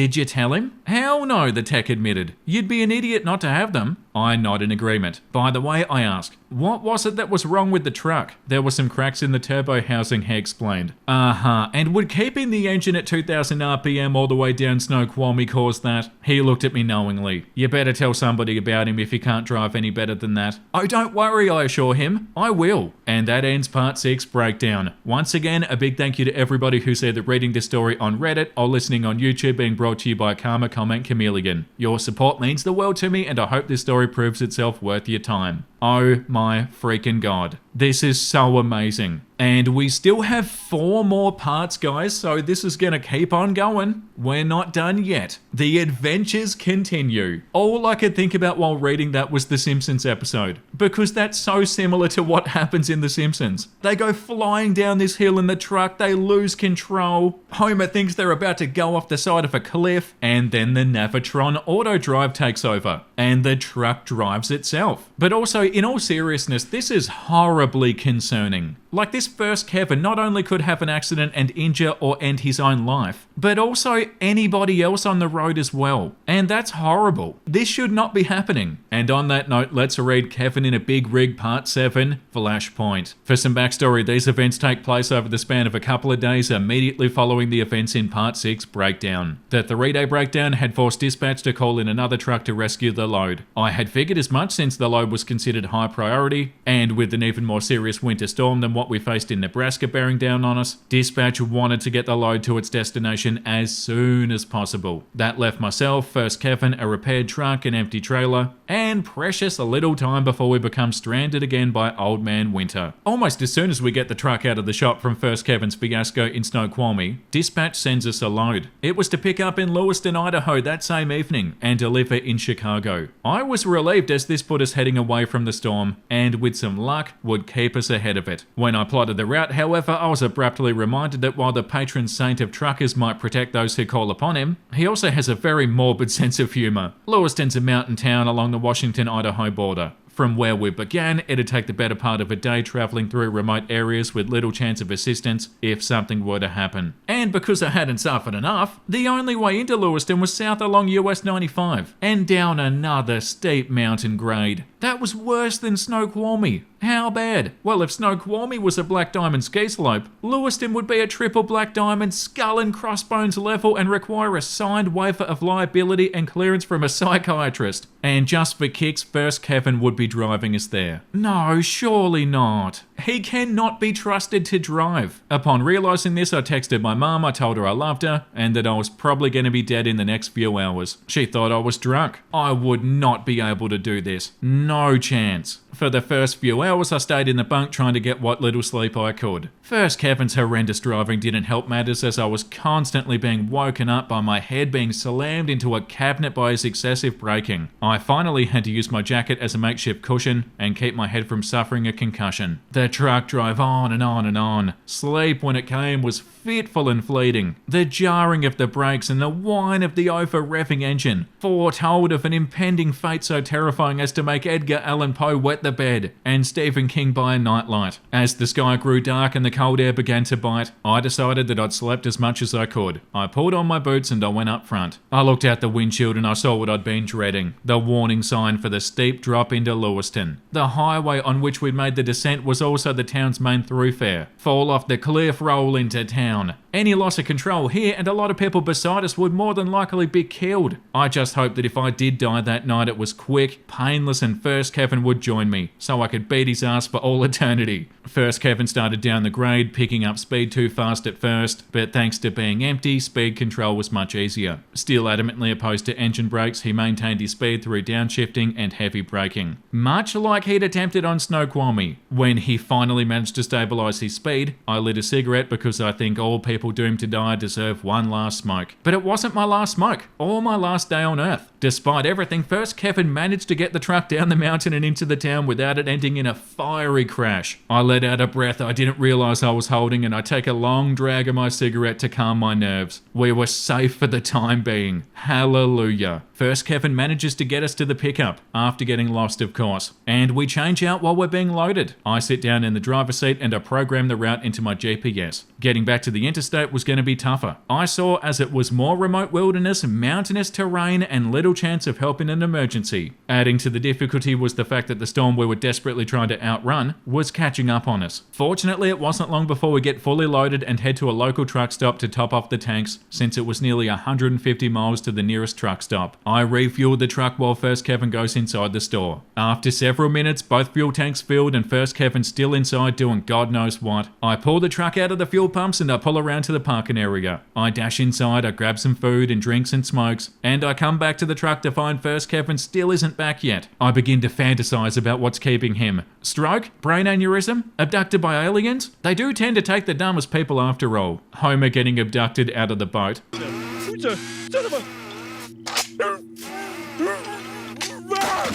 But alas, the hope was fleeting as I soon see him hobbling his way across the parking lot towards the truck, carrying a plastic bag and looking like a hobo about to ask me for $1. First Kevin opens the passenger door and climbs inside. "Hey motherfucker," he yelled angrily. "Why'd you move the truck?" I point at the "all trucks proceed to parking when fueling complete" signs hanging near the diesel pumps. "Because I can read, head," I reply. "You know I have a bad leg, it hurts to walk that far. Do that again and I'll kick your ass," he threatens weakly. If you recall in part 2, I mentioned I was at least 1 foot taller and 100 pounds heavier than First Kevin, so his threat was more comical than menacing. "Oh really?" I reply. "You wouldn't lift a foot above my knee before I ripped that gimp leg of yours and beat you to death with it. Sit the down and shut up." He mumbled something, but I didn't hear him as I released the brakes and pulled out of the parking lot. The climb up the mountain was slow and painstaking. Snow was just starting to fall, but not yet heavy enough to be a serious concern. First Kevin, riding shotgun, was grumbling about his leg, the cold, and whatever else he felt like complaining about. I get to the top of the hill and press on, trying like hell to stay in front of the storm. First Kevin remained up front, though he had moved past griping and onto bragging about his future plans. Apparently he had high aspirations for his trucking career. In a few months he was going to become a lead driver, the title the company gave to driver trainers, and work his students like racial slur. Wow, his words, not mine. Jesus. He also planned on becoming an independent contractor by leasing a truck through the company and making a lot more money. This would also allow him to run a little side business with his nephew, who according to First Kevin, was some major player in prison chapter of the Aryan Brotherhood. He claimed that his nephew could set him up running contraband out of Mexico. I paid very little attention to him as I'm more concerned about the winter storm that's almost on top of us. We start going down a hill. Nothing serious, but enough that I take my foot off the accelerator. I never trust cruise control in a semi. This causes the engine brakes to engage, and on cue, First Kevin takes it personally. "If you were my student," he said, trying to sound pretentious, "I'd fail you for that." "What the f***, Kevin, man? At least I can go 5 minutes without getting lost," I reply, not missing a beat. "Don't use those things on my truck," he demands. "I'm not, dumbass," I shoot back. "This is the company truck, remember?" Just then we start down another hill. This one a little bit longer but not overly steep. Again I release the accelerator and the engine brakes re-engage. This was apparently the last straw for First Kevin. He reaches down, unbuckles his seatbelt and reaches over towards the steering wheel. What? The activation button for the engine brakes is on the right side of the steering wheel. I see his hand and I slap it away. "Cut it out, head," I tell him. He tries again, this time getting out of the seat and towering over me while reaching for the engine brake button. This is extremely dangerous as it's dark, we're on a narrow road and visibility is reduced because of the snow. OP, please make sure that he never drives trucks ever again. I don't have the luxury of handling this diplomatically, so I grab him by the shirt with my right hand and I throw him back into the passenger seat hard enough that his head bounces off the window. "If you ever pull a stunt like that again," I tell him, "I'll break every bone in your body and I'll leave you to the buzzards. You're not a lead driver and this is not your truck. Sit down and buckle up and shut up." First Kevin obviously hadn't expected that reaction. Apparently he was living in a fantasy universe where he was the trainer and I was the student. I suppose that knock to the head was enough to bring him back to reality, or as close he could get, since he buckled his seatbelt and went about copying the company route to his precious notebook. handbook. A couple of hours pass in silence. The snow begins to fall heavier and accumulate on the ground and stick to the road. The wind had begun to pick up and was rocking the truck side to side. It felt like an eternity since we'd seen the last town, car, or even abandoned building. I just started to begin thinking that maybe we hadn't survived the downgrade into Lewiston, and this was my own personal hell. When far in the distance I see the lights of a town. I check the GPS and sure enough, it's exactly where we rejoin Interstate 90. I was less excited about being on the interstate as I was about the prospect of finding shelter from the approaching storm. As we make our way through the town, I keep my eyes peeled for a truck stop, or Walmart, or gas station, anything that might offer a safe harbour for the night. But to my increasing dismay, nothing. To make matters worse, the town appeared to be deserted. Even the 24-hour convenience stores were dark and empty. Suddenly, a few miles before reaching the interchange, a message comes across the computer. First, Kevin takes the computer and reads it. It's a weather alert, he says. It says we have to shut down. Of course, I say, still looking for somewhere to park and finding nothing. Keep an eye out for a truck parking spot. We get closer to the interstate and find nothing. Even the gas stations with truck diesel lanes are clearly posted no truck parking. My only alternative is to get back to the interstate and keep on going until I find somewhere to shut down. I'll admit this is the last thing I wanted to do, but my hands were tied. First Kevin, however, simply could not understand the situation. Why are you getting on the interstate? He asked. Safety told us to shut down. Yeah, but there's nowhere to shut down, I reply. You have to stop, he insists. Safety will write you up. Where? On the side of the city highway? You really think that's a good idea, jackass? Looking back, I now see how ironic this question was. First Kevin gave up. Apparently being thrown bodily against a window one-handed takes away your nerve. Well, if safety says anything, it's on you, he says. I'm fine with that, and I'll tell them the same thing I'm telling you. You can't just stop in the middle of the road. I take the on-ramp to Interstate 90 eastbound. I keep my speed at around 45 miles per hour or 72 kilometers per hour. Since knowing that we shouldn't be out here according to safety, I can at least use the fact that I was driving at a greatly reduced speed to say, yeah, I know I should be shut down, but there's nowhere to shut down. So I have to keep going until I find a place to shut down. I plod along Interstate 90 through Idaho Panhandle and find nowhere to park. The truck computer's going crazy, dinging every few minutes with messages wanting to know why we're traveling through a shutdown area. I can't send any reply since I'm driving, and First Kevin is content to let me deal with it. I drive well into Montana before I see Salvation, a truck safety rest area. It's a little more than a super wide shoulder on the side of the highway, but it's reasonably safe, legal for us to use, and more importantly, it has enough room for us to get into. I guide the truck into a parking spot, I shut off the headlights, and I pick up the computer. I put myself off duty and I go about responding to the messages. All but one are automated messages about the shutdown notice and the fact that we're operating in one. The one non-automated message is from the night dispatcher. You're operating inside a shutdown area, please shut down as soon as possible, the message asked. What the hell do you think I was planning, head? I say to the screen. I reply I could not find safe and legal parking spot when alert received. Was forced to continue on until a safe and legal parking area could be found. We are now shut down. Intentionally use the word safe and legal in my reply because according to the company's owner driver handbook, a truck that receives a weather shutdown notice must find a safe and a legal place to shut down until the notice is lifted. That was their own policy verbatim. I was just following it. Safe and legal. I decided to go back to the bunk and sleep. It was pretty obvious that we were going nowhere until morning at least. The next morning, I'm awakened by the sound of the truck brakes releasing. I jump out of my bunk and I check the computer. Safety had released the shutdown and implemented a 45 mile per hour limit for the area. First, Kevin took it upon himself to take the first shift, so I crawled back into the bunk. A couple of hours later, I'm woken up by my phone ringing. I check it, unknown number, but the area code matches the company headquarters, so I answer. Hello, I answer. Hi, is this OP, driver ID 9876? Replied the voice. Yeah? This is Ken, not real name, from safety. This call is being recorded. We had a report that you willfully violated a mandatory shutdown area last night. Son of a... First, Kevin tried to turn me into safety. After the stunt, he pulled with the engine brakes. Well, Ken, I reply, I suppose that depends on your definition of violated. Did you continue to drive after receiving a notice of the shutdown? Yes, I answered truthfully. Can you explain why? Well, Ken, if you refer to company driver handbook, such and such a page, such and such a paragraph, you'll see that it clearly states, and I quote, upon receiving a a shutdown alert, the driver must park the truck as soon as it's safe and legal to do so. End quote. Now, as I told the night dispatcher, I was not in an area that provided safe and legal parking, and therefore I was forced to continue on until safe and legal parking could be found. However, I was well aware of the dangerous road and the weather conditions, and I elected to proceed at a speed no faster than 45 miles per hour, and I shut down at the nearest safe and legal place available. For a few moments, Ken was quiet, but I heard the telltale tapping of a computer keyboard through the phone. I see. Well, looking at your route, I see that there was very little in the way of parking or facilities. No, Sherlock, I think to myself. That was my assessment of the situation as well, I confirm. Well, he continued, we received this report from an anonymous phone call and we had to follow it up. Anonymous, my ass. Am I being written up for this? Not at this time, since as you say, you were trying to get to a safe legal parking area. We may look into this matter further at a later time. However, I'd like to stress that you take care in the future. I managed to hide my rage when I respond. Always do. Thanks. And I hung up. For a few moments, I stared at the bunk ceiling in furious disbelief. Anonymous phone call. Yeah, that was bullshit.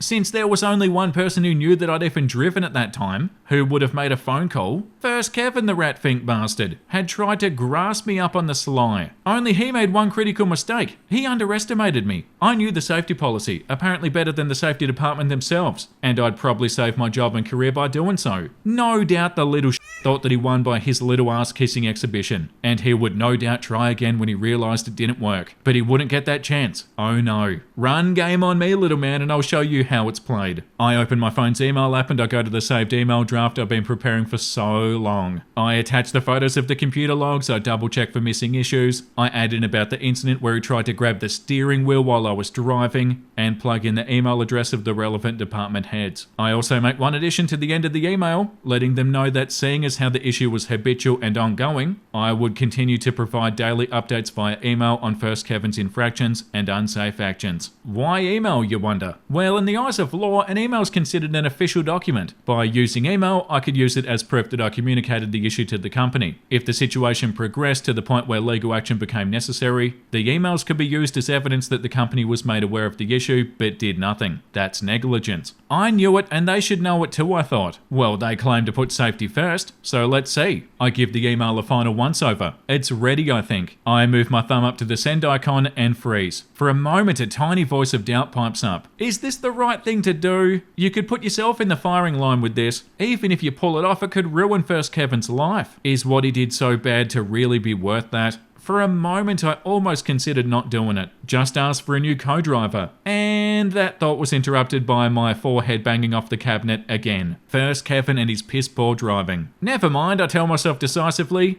This and I hit send. There was the slightest bit of regret when I saw the status of the email change from sending to sent. Oh well, too late now, no turning back. The missiles were in the air, nothing left to do but wait. And that concludes Part 7 Flashpoint. As always, I want to thank each and every one of you for all of your kind support and encouragement over the past couple of weeks. It means more to me than you'll ever know. What's going to happen with the email? We'll read Part 8 in a second. I'm so ready to see where this goes. Surely First Kevin's not going to be a truck driver for much longer. Surely he can't be doing stuff like this and still continue to be a truck driver. It is so dangerous. And apparently Nez has happily fallen back to sleep. How beautiful. OP did such a good job of writing this. This is so well written. It's so fun to read. I've gotten so sucked into this. And let's get into Kevin in a Big Rig Part 8, brake check. For backstory, this story takes place immediately after the events in Part 7 Flashpoint. After making me dodge a bullet from safety after First Kevin's petty little phone call, he decided to continue along Interstate 90 eastbound through Montana. The winter storm that had forced us to shut down had slowed and moved south during the night, leaving us running along its northern edge. We hadn't seen the last of it. This is so good. This might be the longest saga ever. This might be longer than the other episode that we did. I'm not sure yet. Somehow I haven't lost my voice. After sending the email that I hope would seal First Kevin's fate, I tried to get some sleep. It wasn't easy, going over the possible scenarios and contingencies to which launching such an unexpected attack would lead. I didn't expect a quick resolution or that I'd be taken seriously at first. That was fine. If I, a lowly truck driver, wasn't enough to get a trucking company to stick to their safety first policy, then I had some bigger guns to play with. I need only to bide my time, give them a fair chance, but give no quarter should they try to hide from their responsibility. If management had any sense, they would play ball and get this moron off the highway. Yeah. I woke up again around mid-afternoon. First Kevin was still driving, but knowing that he would be out of time soon, I decided to get up and see what new mess First Kevin had gotten us into. I pull on my boots and, expecting nothing, I check my phone. To my mild surprise, there's an unread email from my fleet manager. Okay, it read, "We'll forward this to safety. Thanks." I say to myself, passing the buck and covering your ass. Smart move. At least one person did the right thing. Let's see if the rest follow suit. I close the email and I head up front. To my relief, First Kevin was on course and with enough fuel to get to the next stop. I say nothing to him. He says nothing to me. Awkward. I was born awkward. Bring it on, Skippy. I take the truck computer, scrolling through the messages to see if anybody from the company had sent anything related to the email bombs that I dropped on half the company. Again, nothing. They were either ignoring me outright, which would be very bad for them in the long run, or I'd unleashed a demon from the safety department who demanded a blood price for everybody letting First Kevin go that long. In any case, there wasn't much I could do until safety made their move, or decided not to move. I set the computer down, I lit a cigarette, and I took out my phone again. I forwarded the nuclear email to my then girlfriend, telling her that if anything happened to me, she was to get this to a lawyer, press charges for negligence, gross misconduct, whatever, and sue this company into bankruptcy. I also BCC her to all future emails so that she would have them as well. Dramatic, maybe, but I wasn't going to let this get swept under the rug. Next, I checked the weather and I said the storm had moved to the south. Although the weather was clearing, the temperature hovered barely above freezing during the day and dropping quickly at night. With the ice and snow from previous storms, this presented a dangerous situation. Ice would thaw during the day, allowing safe travel, but would refreeze into black ice after sunset, making driving unsafe. Icy roads meant more slowdowns, more shutdowns from safety, making this trip even more torturous, more nerve-wracking and tempting to smother First Kevin in his sleep, bury him in a shallow grave and claim that he simply wandered off. Tempting, but after the email that I'd sent, it would look a little too suspicious. I watch Law and Order. First Kevin drove for about another hour before the computer alarm signaled that his drive time's running low. Lucky for him, our next fuel stop's only a few miles away. We get to the truck stop and First Kevin, claiming that his poor leg is hurting him, leaves me to handle the refueling while he goes inside. I top off the tanks, I give the truck a quick once-over, and I go inside myself for supplies to get me through a hard night of driving. As it turned out, that hard night only lasted about 3 hours, as the frozen roads forced another shutdown, just as I predicted. This went on for about 2 more days, slow going due to safety-mandated slowdowns during the day and shutdowns coming at night when the roads froze over again. I barely said a word to him, but First Kevin, thinking that he'd subjugated me with his little anonymous phone call, regaled me with his tired old stories. Car wrecks, jailbird nephew, 21-day coma, how he was going to cut the engine brakes out of the truck. I began to sympathise with Bill Murray's character in Groundhog Day. Every day was simply a repeat of the last. Adding to the frustration was the lack of response to my email to safety. I was getting the feeling that they were actively ignoring me, but I stayed true to my word, sending them daily updates on First Kevin's actions. Most of the updates were simply repeats of previous issues, but one would think that if a peon was willing to take the time in their job, they would at least send a thank you. By the end of the second day, I start planning to go even higher, wondering how I'd go about sending a certified mail to the company's CEO. Around early afternoon of the third day, we made it down the eastern slope of the Rockies through Bozeman, Montana. By Nessie, the roads were clear and dry and nothing from safety telling us to stop. I was driving at the time and I couldn't help but feel relieved. Montana's a beautiful state, but in that instance, it was Hades. In my mind, I imagine William Shatner saying, "Warp speed, Mr. Sulu," and gun the accelerator down the interstate, headed for Wyoming. I was able to get us as far as the port of entry in Sheridan, Wyoming, before running out of drive time late that evening. I go inside, I check in with the Wyoming Department of Transport, and I get a weather update. Wyoming Department of Transport POE staff are awesome people. They tell me that the roads are clear between there and South Dakota. First good news in a while. I show them the paperwork they asked me for. I stop by the restroom and I head back to the truck. In the dark parking area, I see the hood of the cab rolled open and First Kevin shining a flashlight underneath. Oh, here we go. Odd, but I think he's just checking the oil looking for fluid leaks. he's done something to the engine brake, hasn't he? It's a bit of a walk to the truck from the office. The POE has a large parking lot and most of the closest spaces are taken up by other trucks that are staying for the night. I expected First Kevin to be done in a few seconds, but by the time I get to the truck, he's still underneath the cab. I can see a pair of pliers in his hand and I suddenly become concerned. There was nothing wrong with the truck and no reason he needed any kind of tool. Not that he should be trusted with one in any case. What the hell are you doing, I ask? First Kevin, not having heard me approach, nearly jumped out of his skin. Oh, I was looking at something. What? I ask in my not messing around tone. I saw online how you can disable the jake brakes. I was going to try it, he replied. I wasn't mad, I was just absolutely fed up with this. Get in the goddamn truck, you dumbass. And if you try that again, I'll make sure safety and maintenance get the video. He starts sulking but closes the hood. I climb inside. I send another email update about how we just tried to disable an integrated safety system on the truck. This is a major no-no, equal to cutting the brake lines on a car. For a split second, I was tempted to let him hang himself with that stunt, but decided not to because given his track record, the truck would probably explode with me in it. First, Kevin finally pulls out of the POA and gets us going again. I settle in the bunk because I really didn't want to talk to him anymore. It takes a while to get to sleep, partly because of First Kevin's poor driving, and partly because my brain's busy planning out strategies for my inevitable battle with First Kevin and safety. First Kevin drove all through the night, managing to get through Wyoming and South Dakota, just shy of the Minnesota border. I wake up late the next morning and I check my email. Nothing. Keep digging yourselves in a deeper hole, I think, while getting ready. I was beginning to think they weren't taking me seriously. Then, when he hears me staring behind him, First Kevin yells back, "Dispatch wants us to head back to main terminal when we deliver." Oh? I say, legitimately surprised. Did they say why? No, First Kevin replied before impatiently getting out of the truck. And so it begins, I think to myself. After Chicago, 2 of us will drive back to the terminal, but only 1 of us will leave. I was determined that no matter what, I would not continue with this fall after this battle with management was over. I'd been tossed around, frozen, chewed out by customers and management, deprived of sleep and driven to the point of insanity over the past 3 months, and I wasn't going to put up with it any longer. If they tried to pull that "you two need to get along" crap, I'd forward everything I had on them to OSHA and the Department of Transport and any government agency that I could think of. It would take no time at all to find enough dirt to bury the entire company and send half the managers to jail for negligence. I'd convince my friends and family to buy stock in competitors first, of course. Fire me and I wouldn't stop until I owned every truck in the fleet to soothe my mental and emotional distress. As for First Kevin, they'd have to dig up half the shoulders on the Interstate 80 just to find his shallow grave. That is, if I felt gracious enough to dig one, instead of making him dinner for a pack of coyotes. I had nothing to lose at this point, and I was ready for a fight. I settle into the driver's seat and I set up my GPS. It was then that I noticed something odd. On the steering wheel, there were 2 sets of controls. The left side had the cruise control and the right was the activation button for the engine brakes. These buttons were the recessed type with a protective rubber blister and backlit with an LED so it can be seen in low light. The engine brake switch was damaged, not worn or dirty, but cut away. I look closely and I can clearly see what I'd been afraid of. The telltale cuts from a knife blade. It wasn't some accidental snag or wearing away from use. There were clear, distinct lines marking where the rubber blister had been cut away. The button itself fortunately was still intact and functioning. I pressed it and the indicator light came on. It was immediately clear that First Kevin wasn't able to remove the engine brakes. They were integrated into the engine and tried to make it so I couldn't turn them on. Too bad for him that the truck's designers decided that the engine brakes were important enough to warrant protecting the on switch. All First Kevin managed to do was give me one more nail for his coffin. Clear proof that he'd tried to tamper with the truck. I snapped a photo and I emailed it to them, explaining this was not like this when I went off duty, and I made sure the knife marks were unmistakable. First Kevin comes back onto the truck after a bit. I don't mention the switch at all, but without being prompted, First Kevin demanded, "Don't use those jake brakes." I say nothing at first, but when we leave out, I make sure they engage on the way out of the parking lot and dare him to say anything more about it. I drive all through Minnesota without stopping. Each time I have to reduce speed, I make sure to use the engine brakes. They weren't as loud as older models, but it did make a distinctive sound when the truck was coasting. I knew it was pissing him off and there was nothing he could do about it. Any more damage to the steering steering wheel and or suspicious damage under the hood, he would have to explain why he damaged a perfectly good truck to disable a safety device. Little did either of us know that the message that came from the computer would change everything. It was from the fleet manager. OP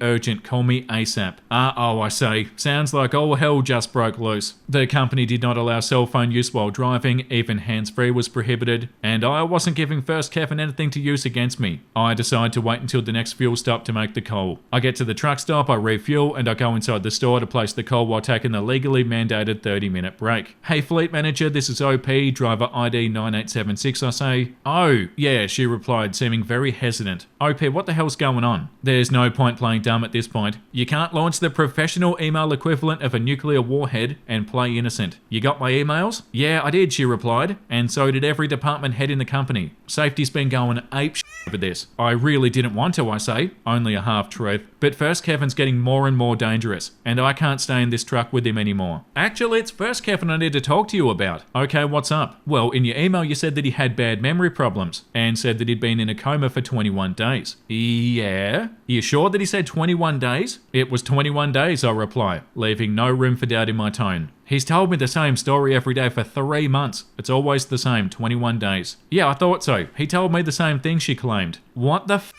She knew about this? Are you kidding me? I wanted to blow up right there, but I was able to keep my cool. What's going on? I asked calmly. I'm not sure, she replied. Safety wanted me to ask you because it struck them as odd. It was 21 days, I repeat, just to drive home the point. Right, alright, safety wants you guys back here right now. We'll get someone else to run the load. You just get here so that we can get this mess straightened out. I was tempted to probe for more information, but I had the feeling that there was nothing left to say. Alright, I have enough hours and fuel, so we should get there tonight. Good deal, she replied. We'll talk tomorrow morning, and hangs up. It takes a few seconds to process what just took place. I had expected that the emails would cause a bit of a stir, but to have a truck divert nearly 200 miles to relay a load was unheard of. Well, I got their attention at least. I head back out to the truck. First Kevin was still sleeping, and I had no intention of waking him up to tell him of our new orders. I programmed the new route into the GPS and I verify it with the Atlas. The company's headquarters was only 200 miles or so away, but getting there would take us well away from the interstates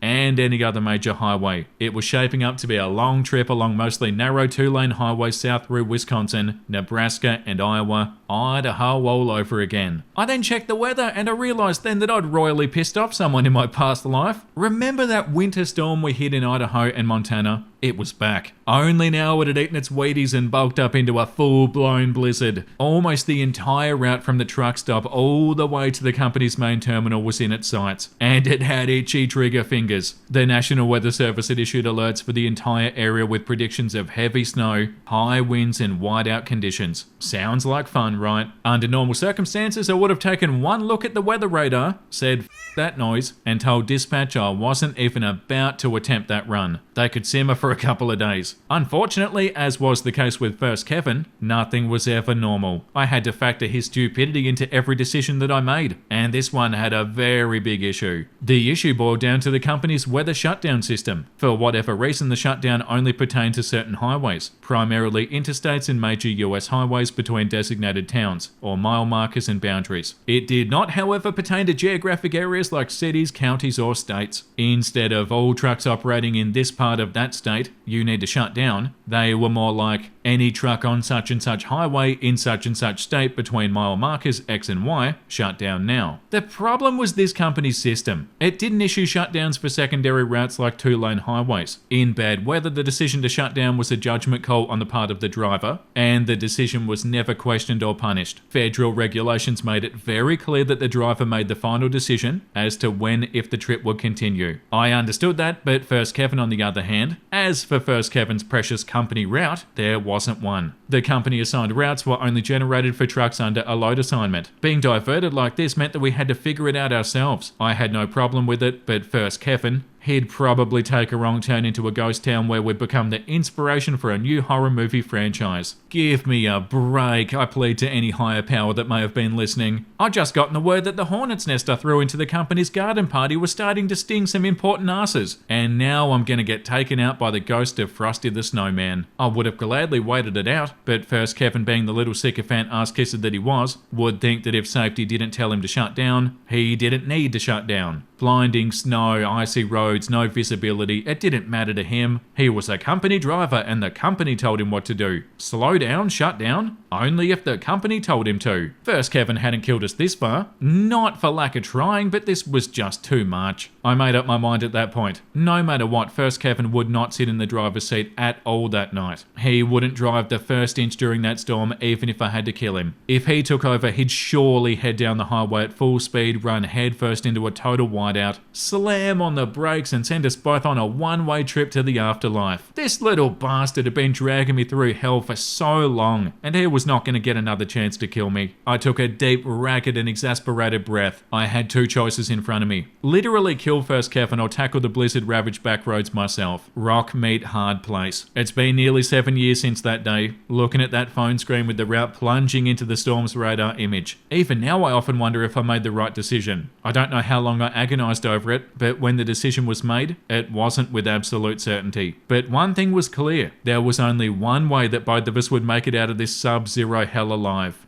You First Kevin, I say to myself as I fasten my seatbelt, release the brakes and I roll out to meet the blizzard head on. Fuck you. After everything you've put me through, I'm still trying to save your worthless life. And this is where part 8 ends. I do apologise that this post has been so late in coming. This week has been crazy busy for me. I've had to work longer hours than usual at my job, so writing time has been cut down. Not to worry, as I'm still determined to bring these stories to you for your enjoyment. Once again, this is like a train wreck. Like, I can't look away. This is so entertaining. I've literally been on the edge of my seat this entire time. I'm pretty sure it's about to get ridiculous, even though it's already been ridiculous. This is gonna be fun. I'll see if I can get Nez back in the basket. I miss her. Okay, get ready for Kevin in a Big Rig Part 9, Nuclear Winter. For backstory, this installment begins immediately after the events in Part 8. It wasn't long after leaving that truck stop in Wisconsin that I began regretting my decision to push on. It seemed as if the storm had been watching us since we left Lewiston and decided to lay a trap for us once we crossed back into Minnesota on that remote 2-lane highway. Every moment that passed brought heavier snowfall, falling temperatures and winds that threatened to push the truck into the ditch and leave us stranded.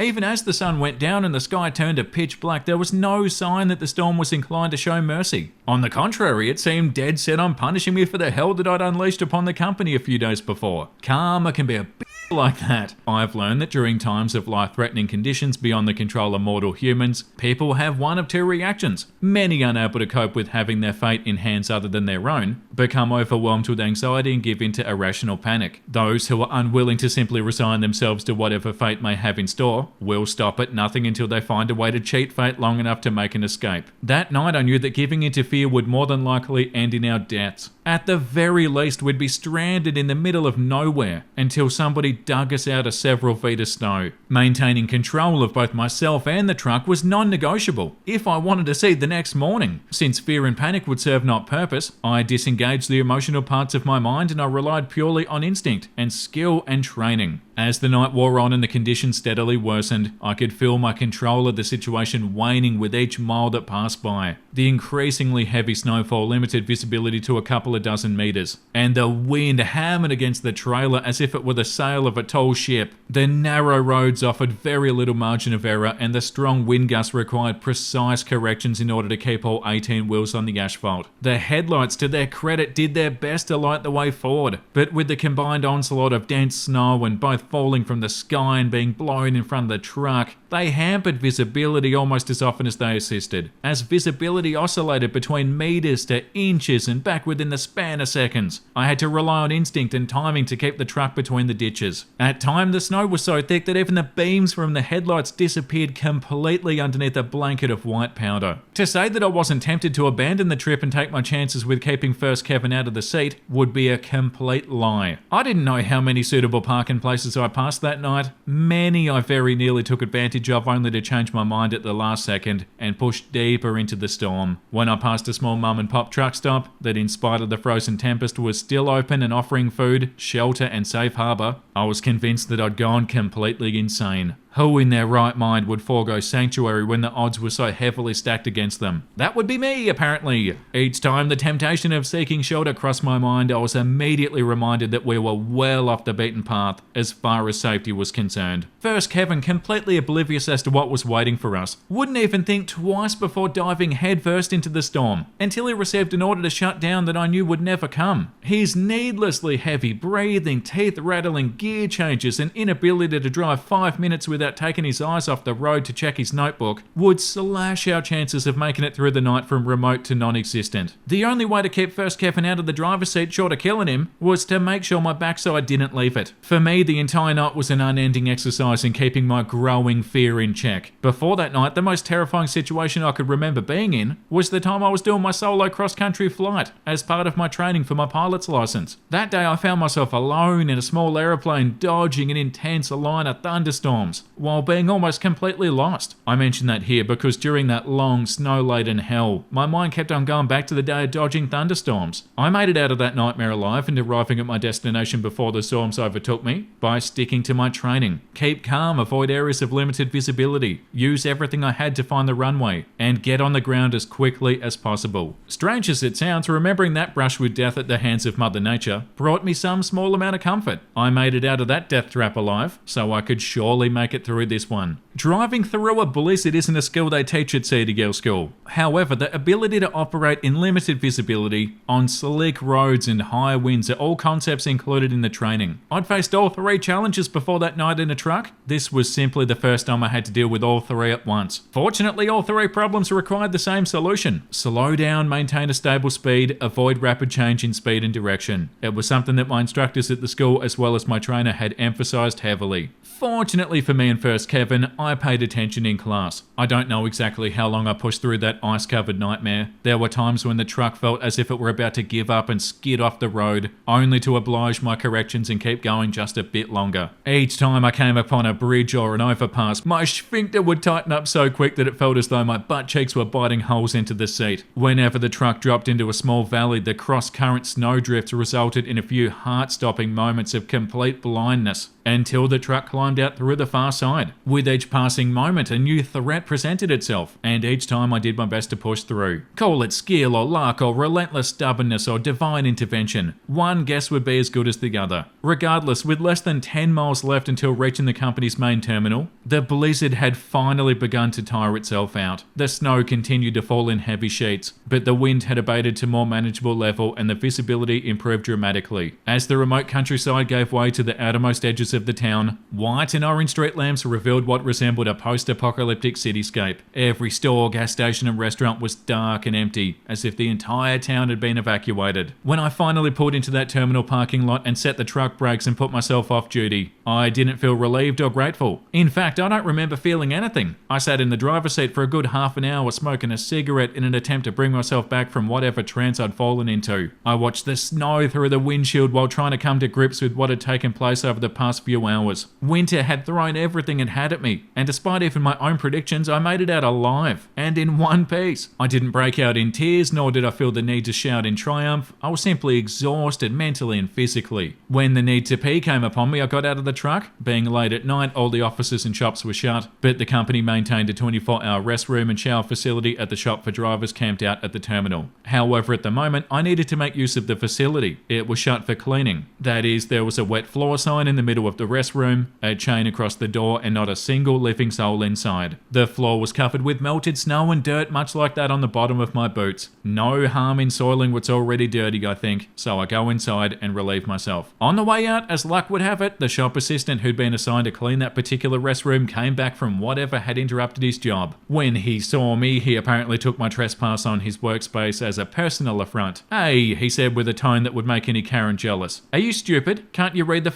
sign?" I, not missing a beat, reply, "Would you rather I stand at the door and piss on the floor, asshole?" I was not in any mood to deal with a bad attitude at that point. The assistant gets into a huff. "You damn drivers, I get so tired of your shit." He never finished his sentence as I, a good deal larger than him, got right in his face, looked him dead in the eye and raised a finger in warning. "Don't f with me, Head not tonight, I warn him. After the hell I just went through, I had no intention of allowing some self-important peon to tell me that I couldn't relieve an empty bladder because my dirty boots would make his dirty floor even dirtier. Back outside, I light another cigarette and stand beneath the awning, watching the snow fall through the lamp lights. Then as a habit, I take out my phone. I see an unread email. It must have come during the drive and I didn't realise. It was from my fleet manager, and I suddenly was reminded as to why I'd made that nightmare of a journey. That email I knew would set the stage for the fight that I'd been waiting for. Where, when, who and what would be involved, that would all be outlined in that message. For the past few days, I'd considered every possible contingency of the meeting, and I felt more than ready. In my point of view, I held all the cards, and I controlled the terms. Any threats or attempts at coercion, and they would quickly find themselves in a world of hurt. I was ready for anything, and I opened the email. OP, when you get to the terminal, move on to truck 3456 and meet with driver Bob, ID 9123, not real name. We'll send instructions in the morning. Fleet manager. Okay, I wasn't ready for that. I wanted a new partner, true enough, but I had no idea they'd move that quick. I didn't know who Bob was or why I was being assigned to his truck. Maybe he did. One way to find out. I go back to the truck. First, Kevin had been asleep during the entire trip from Wisconsin to the terminal. Just as well, since any snarky comment from him during that blizzard might have been made with his last breath. Now he was wide awake and poring over the computer. Where are we? He asked. I go straight to the bunk and begin packing my gear. Main terminal. Fleet manager called me earlier and told me to get here right away. What's the deal? At this point, I could have let him in on what he might expect. However, I believe that finding oneself in a fair fight is a sign of poor tactics. I don't know, but I've been assigned to another truck. First, Kevin said nothing. He had been completely taken by surprise and had no idea what he was likely in for. Then again, neither did I. I expected to go a few rounds with safety the next morning, and now I'm packing my bags for a new truck. First, Kevin simply got out of the truck, and I never saw him again. I packed my belongings, I left my key in the glove box, and I left the truck for the last time. A few moments later, I'm knocking on the door of a new truck. Are you Bob? I asked the driver when he answers. Yeah, he said, rubbing his eyes since I just woke him up. Are you OP?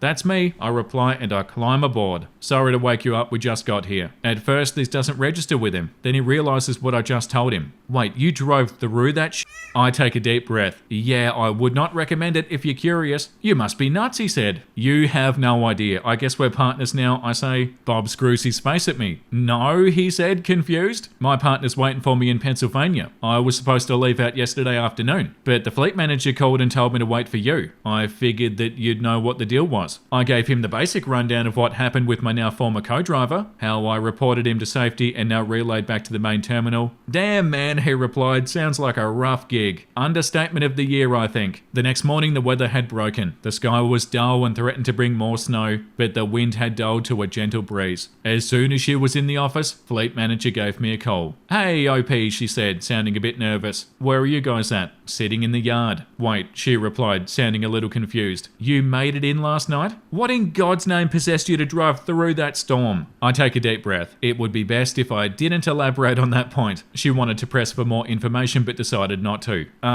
Did you meet up with Bob and move to his truck? Sure did. What's the deal? You and Bob are going to take the load to terminal in Pennsylvania. His co-driver will meet him there. I'm going to have you pick up another truck and we'll go from there. Okay, I respond cautiously. Am I going to meet my new co-driver up there too? No, we haven't found you one yet. Just check in with me when you get there and we'll see what happens. No problem. We hang up and I fill Bob in on our new marching orders. The company's terminal in Pennsylvania was about a day and a half with 2 drivers. Fortunately, Bob had already picked up the load before the storm hit, so all we had to do was to get rolling. Since the truck was permanently assigned to Bob and he had just finished his stint with his trainer, I offer him the first drive shift so that he can get used to the truck. As we head out, I get to see the full impact from the previous night's storm. About 24 inches of snow had fallen in just under 12 hours. Every 5 minutes we saw cars spun out, abandoned, in ditches and center medians. At nearly every overpass we came upon, there was at least one vehicle that had lost control and collided with the barrier. There were even semis jackknifed and abandoned, right where they'd hit deadly patches of black ice. Severe winter weather was common in this part of the country, and even the local residents didn't fare well. When I saw the carnage from the very storm I traversed, I realised just how much danger I'd been in, and how lucky we'd been that first Kevin had not been the one driving. Holy sh*, Bob said after we passed a semi that had left the road and was now lying on its side. You drove through this. I take a deep breath in. Yup.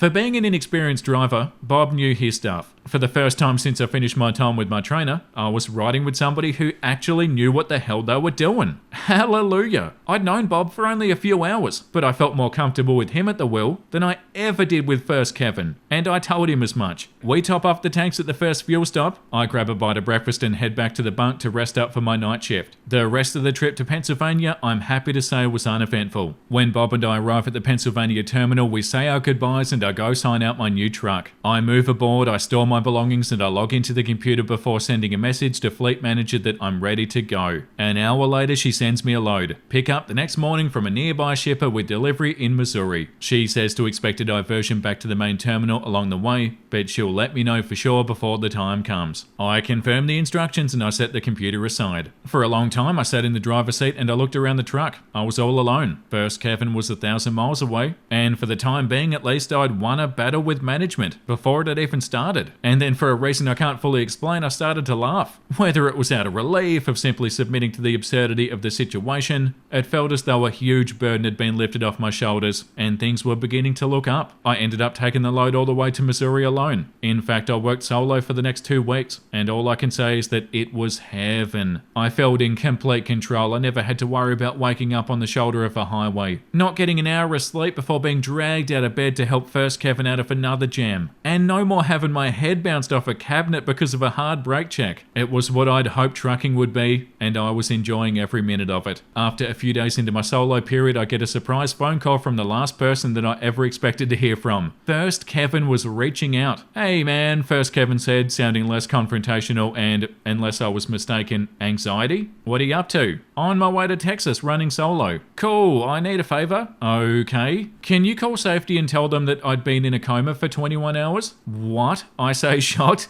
"You told me 21 days countless times." "Look man, this is important." He then goes into a long sob story. According to him, he and his wife went through a nasty divorce. His wife had been granted full custody of their 2 kids. He also said that he'd been to court, and the judge ordered him to come back in a year with gainful employment, or he'd be sent to jail. I assumed that it pertained to spousal or child support, though I don't know for certain. He signed on with the company because they were the only place that would hire him. "Well," I reply, "doesn't sound like something I can help with, but if safety calls, I'll see what I can do." The poor bastard had no idea who put him in that position. I hung up and I never heard from him again. I went about having the time of my life. Not only was I having the time of my life, the fact that I didn't have to waste so much time correcting First Kevin's mistakes meant that I was able to make my pickups and deliveries on time, stay on course, and complete my loads without a single issue. In fact, I didn't need dispatch for anything more than sending load information. I didn't even talk to Fleet Manager for a week and a half before she called me out of the blue. "Hey OP," she said, sounding a little curious. "How's everything going?" "Hey Fleet Manager, everything's going fine, what's up?" "Oh, nothing," she replied, relieved and now sounding rather chipper. "I haven't heard from you in a while." "Well," I say, trying to make it clear that I was joking. "No offense, but I haven't needed to call you." "That's good to hear. When you and First Kevin were together, he was calling me about once a day needing directions, getting lost." "Well, I'm not First Kevin." "No, you're not. Anyway, I'm going to work on getting you home for a few days. I found you a co-driver and I'm going to have you pick him up when you come back to work. He doesn't live too far from you." I'll admit I was disappointed by this news. I was thoroughly enjoying being on my own, but I also knew that solo assignments didn't last long. The company relied on expedited freight, loads with tight deadlines that required 2 drivers to make on-time delivery. Running solo was only allowed as a short-term measure to allow trucks to keep working until a second driver could be found. A few days after the phone call from the Fleet Manager, I go home and I spend 4 days sleeping in my own bed, sitting on my own couch, watching my own TV. Sounds pretty boring, I know, but after 3 months of hell with First Kevin, there was nowhere else I wanted to be.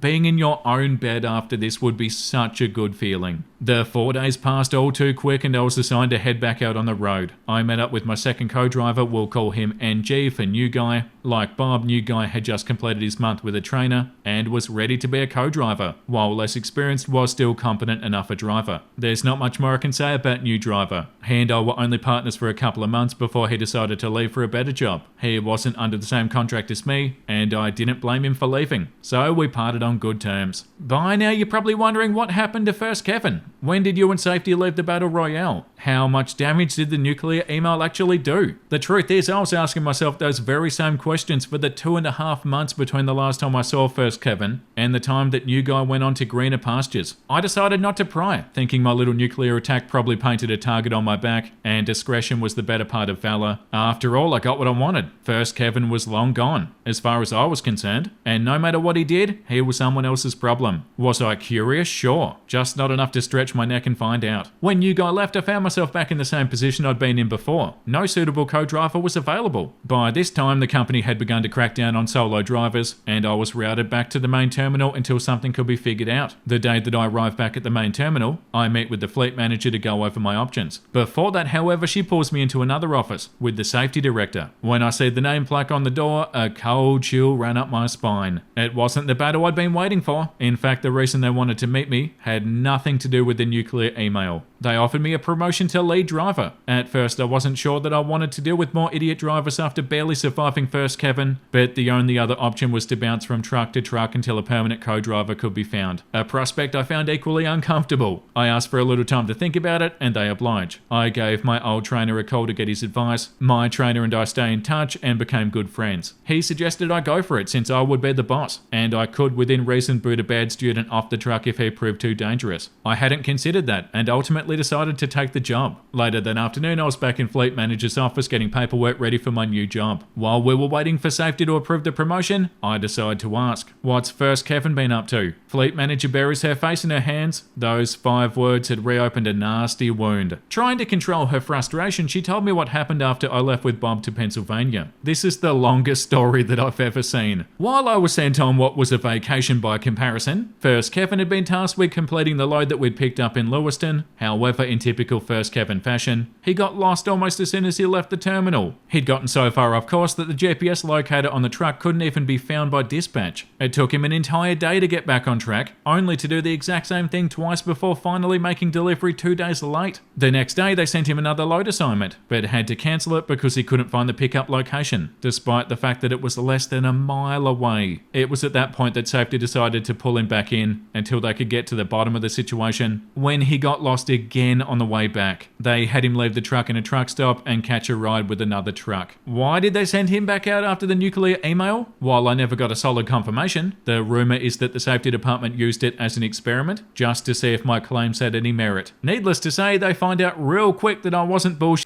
them. If they didn't believe that First Kevin was a menace before, they couldn't deny it now. The question was what to do with him. They pulled First Kevin in for a meeting to get to the bottom of the issue. When asked about why he kept on getting lost, he maintained that he was following the company route. They then asked about why he couldn't find a shipper less than a mile away. He said he was waiting for the company to send directions. As the meeting wore on, First Kevin became more and more worrisome. In his opinion, it was the job of the dispatch office to tell him every move to make, something that's utterly impossible since one dispatcher was often charged with dozens of other trucks and could not be expected to babysit each of them. Drivers have to be able to work out issues for themselves and think on their feet when problems arise. First Kevin wasn't able to be independent, and whenever the situation required it of him, he ended up in trouble. Everything that took place led to one irrefutable conclusion. First Kevin was either medically or mentally unfit to operate a commercial vehicle. They had dug into the claim about the 21-day coma, but found no mention of it in his paperwork, despite the fact that 2 credible witnesses provided corroborating accounts. It wasn't in his file. When they questioned him, he denied it at first, but after a brief investigation discovered the truth. It was a 21-day coma. How did First Kevin manage to slip through the cracks, get a CDL and go for 4 months before being caught? In simple terms, he lied. In order to get a CDL, one must have a DOT medical certificate, Department of Transport. Part of the process of getting the certificate is completing a rather lengthy questionnaire about medical history, drug or alcohol dependency, illnesses, medical conditions, etc. One of these questions asked the applicant to describe any brain or neurological injury or condition. Another more generic and subjective question asked if the applicant had any other condition that would interfere with the safe operation of commercial motor vehicles. First Kevin, like all other new hires, received a Department of Transportation physical soon after he arrived at the training facility, where he filled out the questionnaire form, a form that's controlled by the federal government, and per regulation the company retained on file. As it happened, First Kevin had not told the medical examiner about the coma. When they asked him about it, he tried to backpedal and say it was 21 hours, but when they checked his medical records, I don't know how they did this without violating confidentiality laws, they learned that it was in fact 21 21 days. And with that, First Kevin's fate was sealed. He had lied on a government document, obtained a medical certificate and CDL through fraudulent means. After realising this, the company had no choice but to report the incident to the Department of Transportation, and they in turn revoked First Kevin's medical certificate, rendering his CDL invalid. This was also reported to the DMV of the state that issued his licence, and per state law, the state also revoked his CDL. The company had no choice but to fire him. First Kevin had sabotaged his own driving career on day one. The fleet manager, after telling me this, admitted that she had her doubts about him early on due to an incident that happened just before he and I paired up. He was running solo and was supposed to deliver a load to Indianapolis. For whatever reason, First Kevin couldn't find the receiver, and according to GPS pings, actually drove around in circles for 2 full days before somebody noticed and asked what was going on. When they finally had the issue straightened out, they noticed that during the entire 2-day period, First Kevin was less than 2 miles away from the delivery point, driving around in circles. The fleet manager had hoped that another partner would straighten him out, but when it was clear that wasn't happening, all she could do was apologise to me. But the story doesn't end with First Kevin destroying his own career. I made a few friends in the company's head office who were there when the nuclear email hit, and over a period of several months, I was able to piece together the full story and the fallout of the nuclear email. Bear in mind, it's mostly second-hand information, but they claimed it to be true. After being informed of First Kevin's fraud, the Department of Transport wanted to know how somebody like him could slip through so easily. When asked how the issue was discovered, the company showed my email to the Department of Transportation, who in turn went ballistic. The company, hoping to avoid being prosecuted for negligence, cooperated by conducting an internal audit of the company's policies and procedures. They found several serious shortcomings in many departments, right down to the recruiter who processed and approved First Kevin's application. Before a basic MVR, motor vehicle report, was completed, the MVR showed no fewer than 4 accidents on First Kevin's record where he was at fault for the past 3 years. One was enough to disqualify him. However, it was later discovered that recruiters were often encouraged or coerced to overlook such things and simply get people to sign up and get them to the training facility. Apparently, this was to take advantage of a government hiring incentive, despite the fact that drivers weren't officially hired until after CDL school. Additionally, the Hours of Service Compliance Department, whose job it was to monitor driver logs and handle violations, had failed to act whenever First Kevin, among many other drivers, violated the HOS regulations. The reasoning for this, so they claimed, is that they were overwhelmed with correcting errors in driver logs made by improperly trained drivers. As a result, they were only allowed to issue notices of non-compliance when the computer flagged consistent violations. Even the safety department found itself under fire when it was revealed that their own people were telling new drivers not to make use of important safety features on the truck, namely engine brakes. Oh my god. This became such a concern that, according to rumour, safety director himself sat in on a new hire orientation and, upon hearing the presenter actively discourage the use of engine brakes, removed the presenter from the class on the spot and demanded the orientation course be overhauled as soon as possible. In the end, it came down to the safety personnel being reminded that they were not drivers and they had no business giving their opinions in place of facts. The last department to take a major hit was training. After reviewing the company's accident history, it became very clear that many new drivers were not properly trained in several key areas. In order to shorten their time at the training facility, the company preferred to teach students the bare minimum to pass the CDL test and rely on lead drivers to fill in the gaps. The problem with this system was there was very little in the way of standardised rubric by which a student driver's skills could be assessed. Essentially, lead drivers were left to their own devices when training students. Whether or not the student passed or failed was for the most part dependent on the lead driver's subjective assessment. There were other issues that were uncovered during the audit that are quite technical, but suffice to say, the company had a lot of problems that needed to be fixed and quick. Despite this, the Department of Transportation agreed to withhold prosecution under the condition that the problems were to be fixed within a set period of time. I heard rumours that a few people were fired due to negligence, but I have way of confirming that. I can only assume that things improved because the company is still in operation to this day. As for me, I finished out my 8-month contract as lead driver. When the contract was fulfilled, I leased a truck under the company's independent contractor program in order to make more money. That was the idea, at least. I did that for several months before growing tired of their mismanagement, and I left to work for another company. I drove long haul for another year before deciding to move into sectors that allowed me to have more of a life outside of a truck cab. Today, I'm fortunate enough to work for a fantastic outfit that really appreciates its employees and allows me to be home every night and on weekends. As for the ultimate fate of First Kevin, I can't say with any real certainty. Despite everything, I don't hate him. I hope he was able to get the help that he needed and turn his life around. If so, then at least some good would have come from everything that happened. And with that, the saga of First Kevin comes to an end. For those of you that have followed this story since the beginning, I honestly hope that you don't find this ending a disappointment and worth the time and the torturous cliffhangers that I have, albeit reluctantly, subjected you to. On a serious note, while I used humour to lighten the tone of previous episodes, I would be remiss if I did not remind you that these stories are all true, and the 3-month period in which the bulk of this story takes place was anything but humorous. If reading about the trip through the blizzard's terrifying, imagine feeling that way each night before you went to bed, and you'd have some idea what I really endured 7 years ago. But the nightmares are long over, and sharing these stories with you wonderful people has helped me put a rest to a dark chapter of my life that I wasn't aware still haunted me. Oh my god, round of applause! That was amazing. Congratulations to everybody if you're still listening, and also congratulations to myself for reading that. And that's the end of the saga, everybody. OP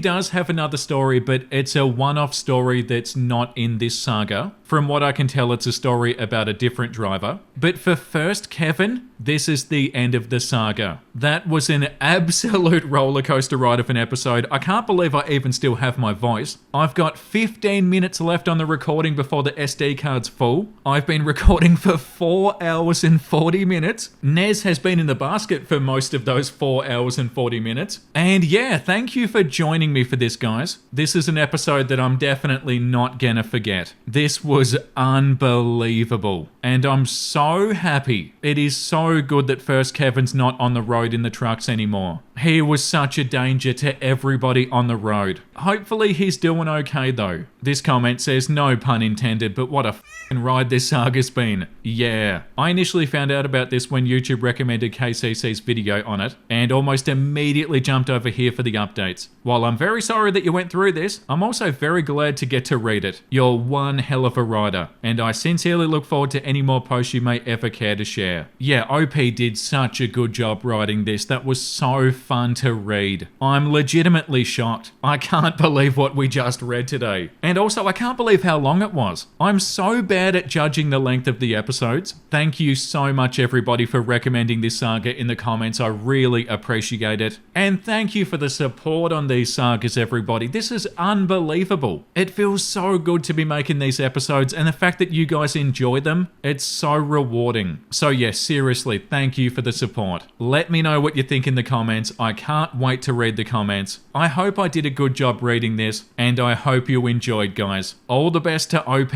and let's read something wholesome. Me, the one chore that I got done today. Yeah, and even when you only get one thing done, it still feels so good, doesn't it? Like, yeah, I did that. I was productive. I'm proud of myself. That is so beautiful, and it's so relatable. Thank you again for watching, guys. The comment of the day goes to whatever name 4873. Please read Kevin Drives a Big Rig. It's incredible, and it has one of the craziest endings. Whatever name 4873, you are the reason that I made this episode today, so thank you for this. Thank you so much for recommending this saga, and let me know what saga you want to see next. I am out of here. Thank you for the support, everybody. Make sure you look after yourself, and make sure you have a beautiful, amazing rest of your day, and I'll see you in the next episode. Bye!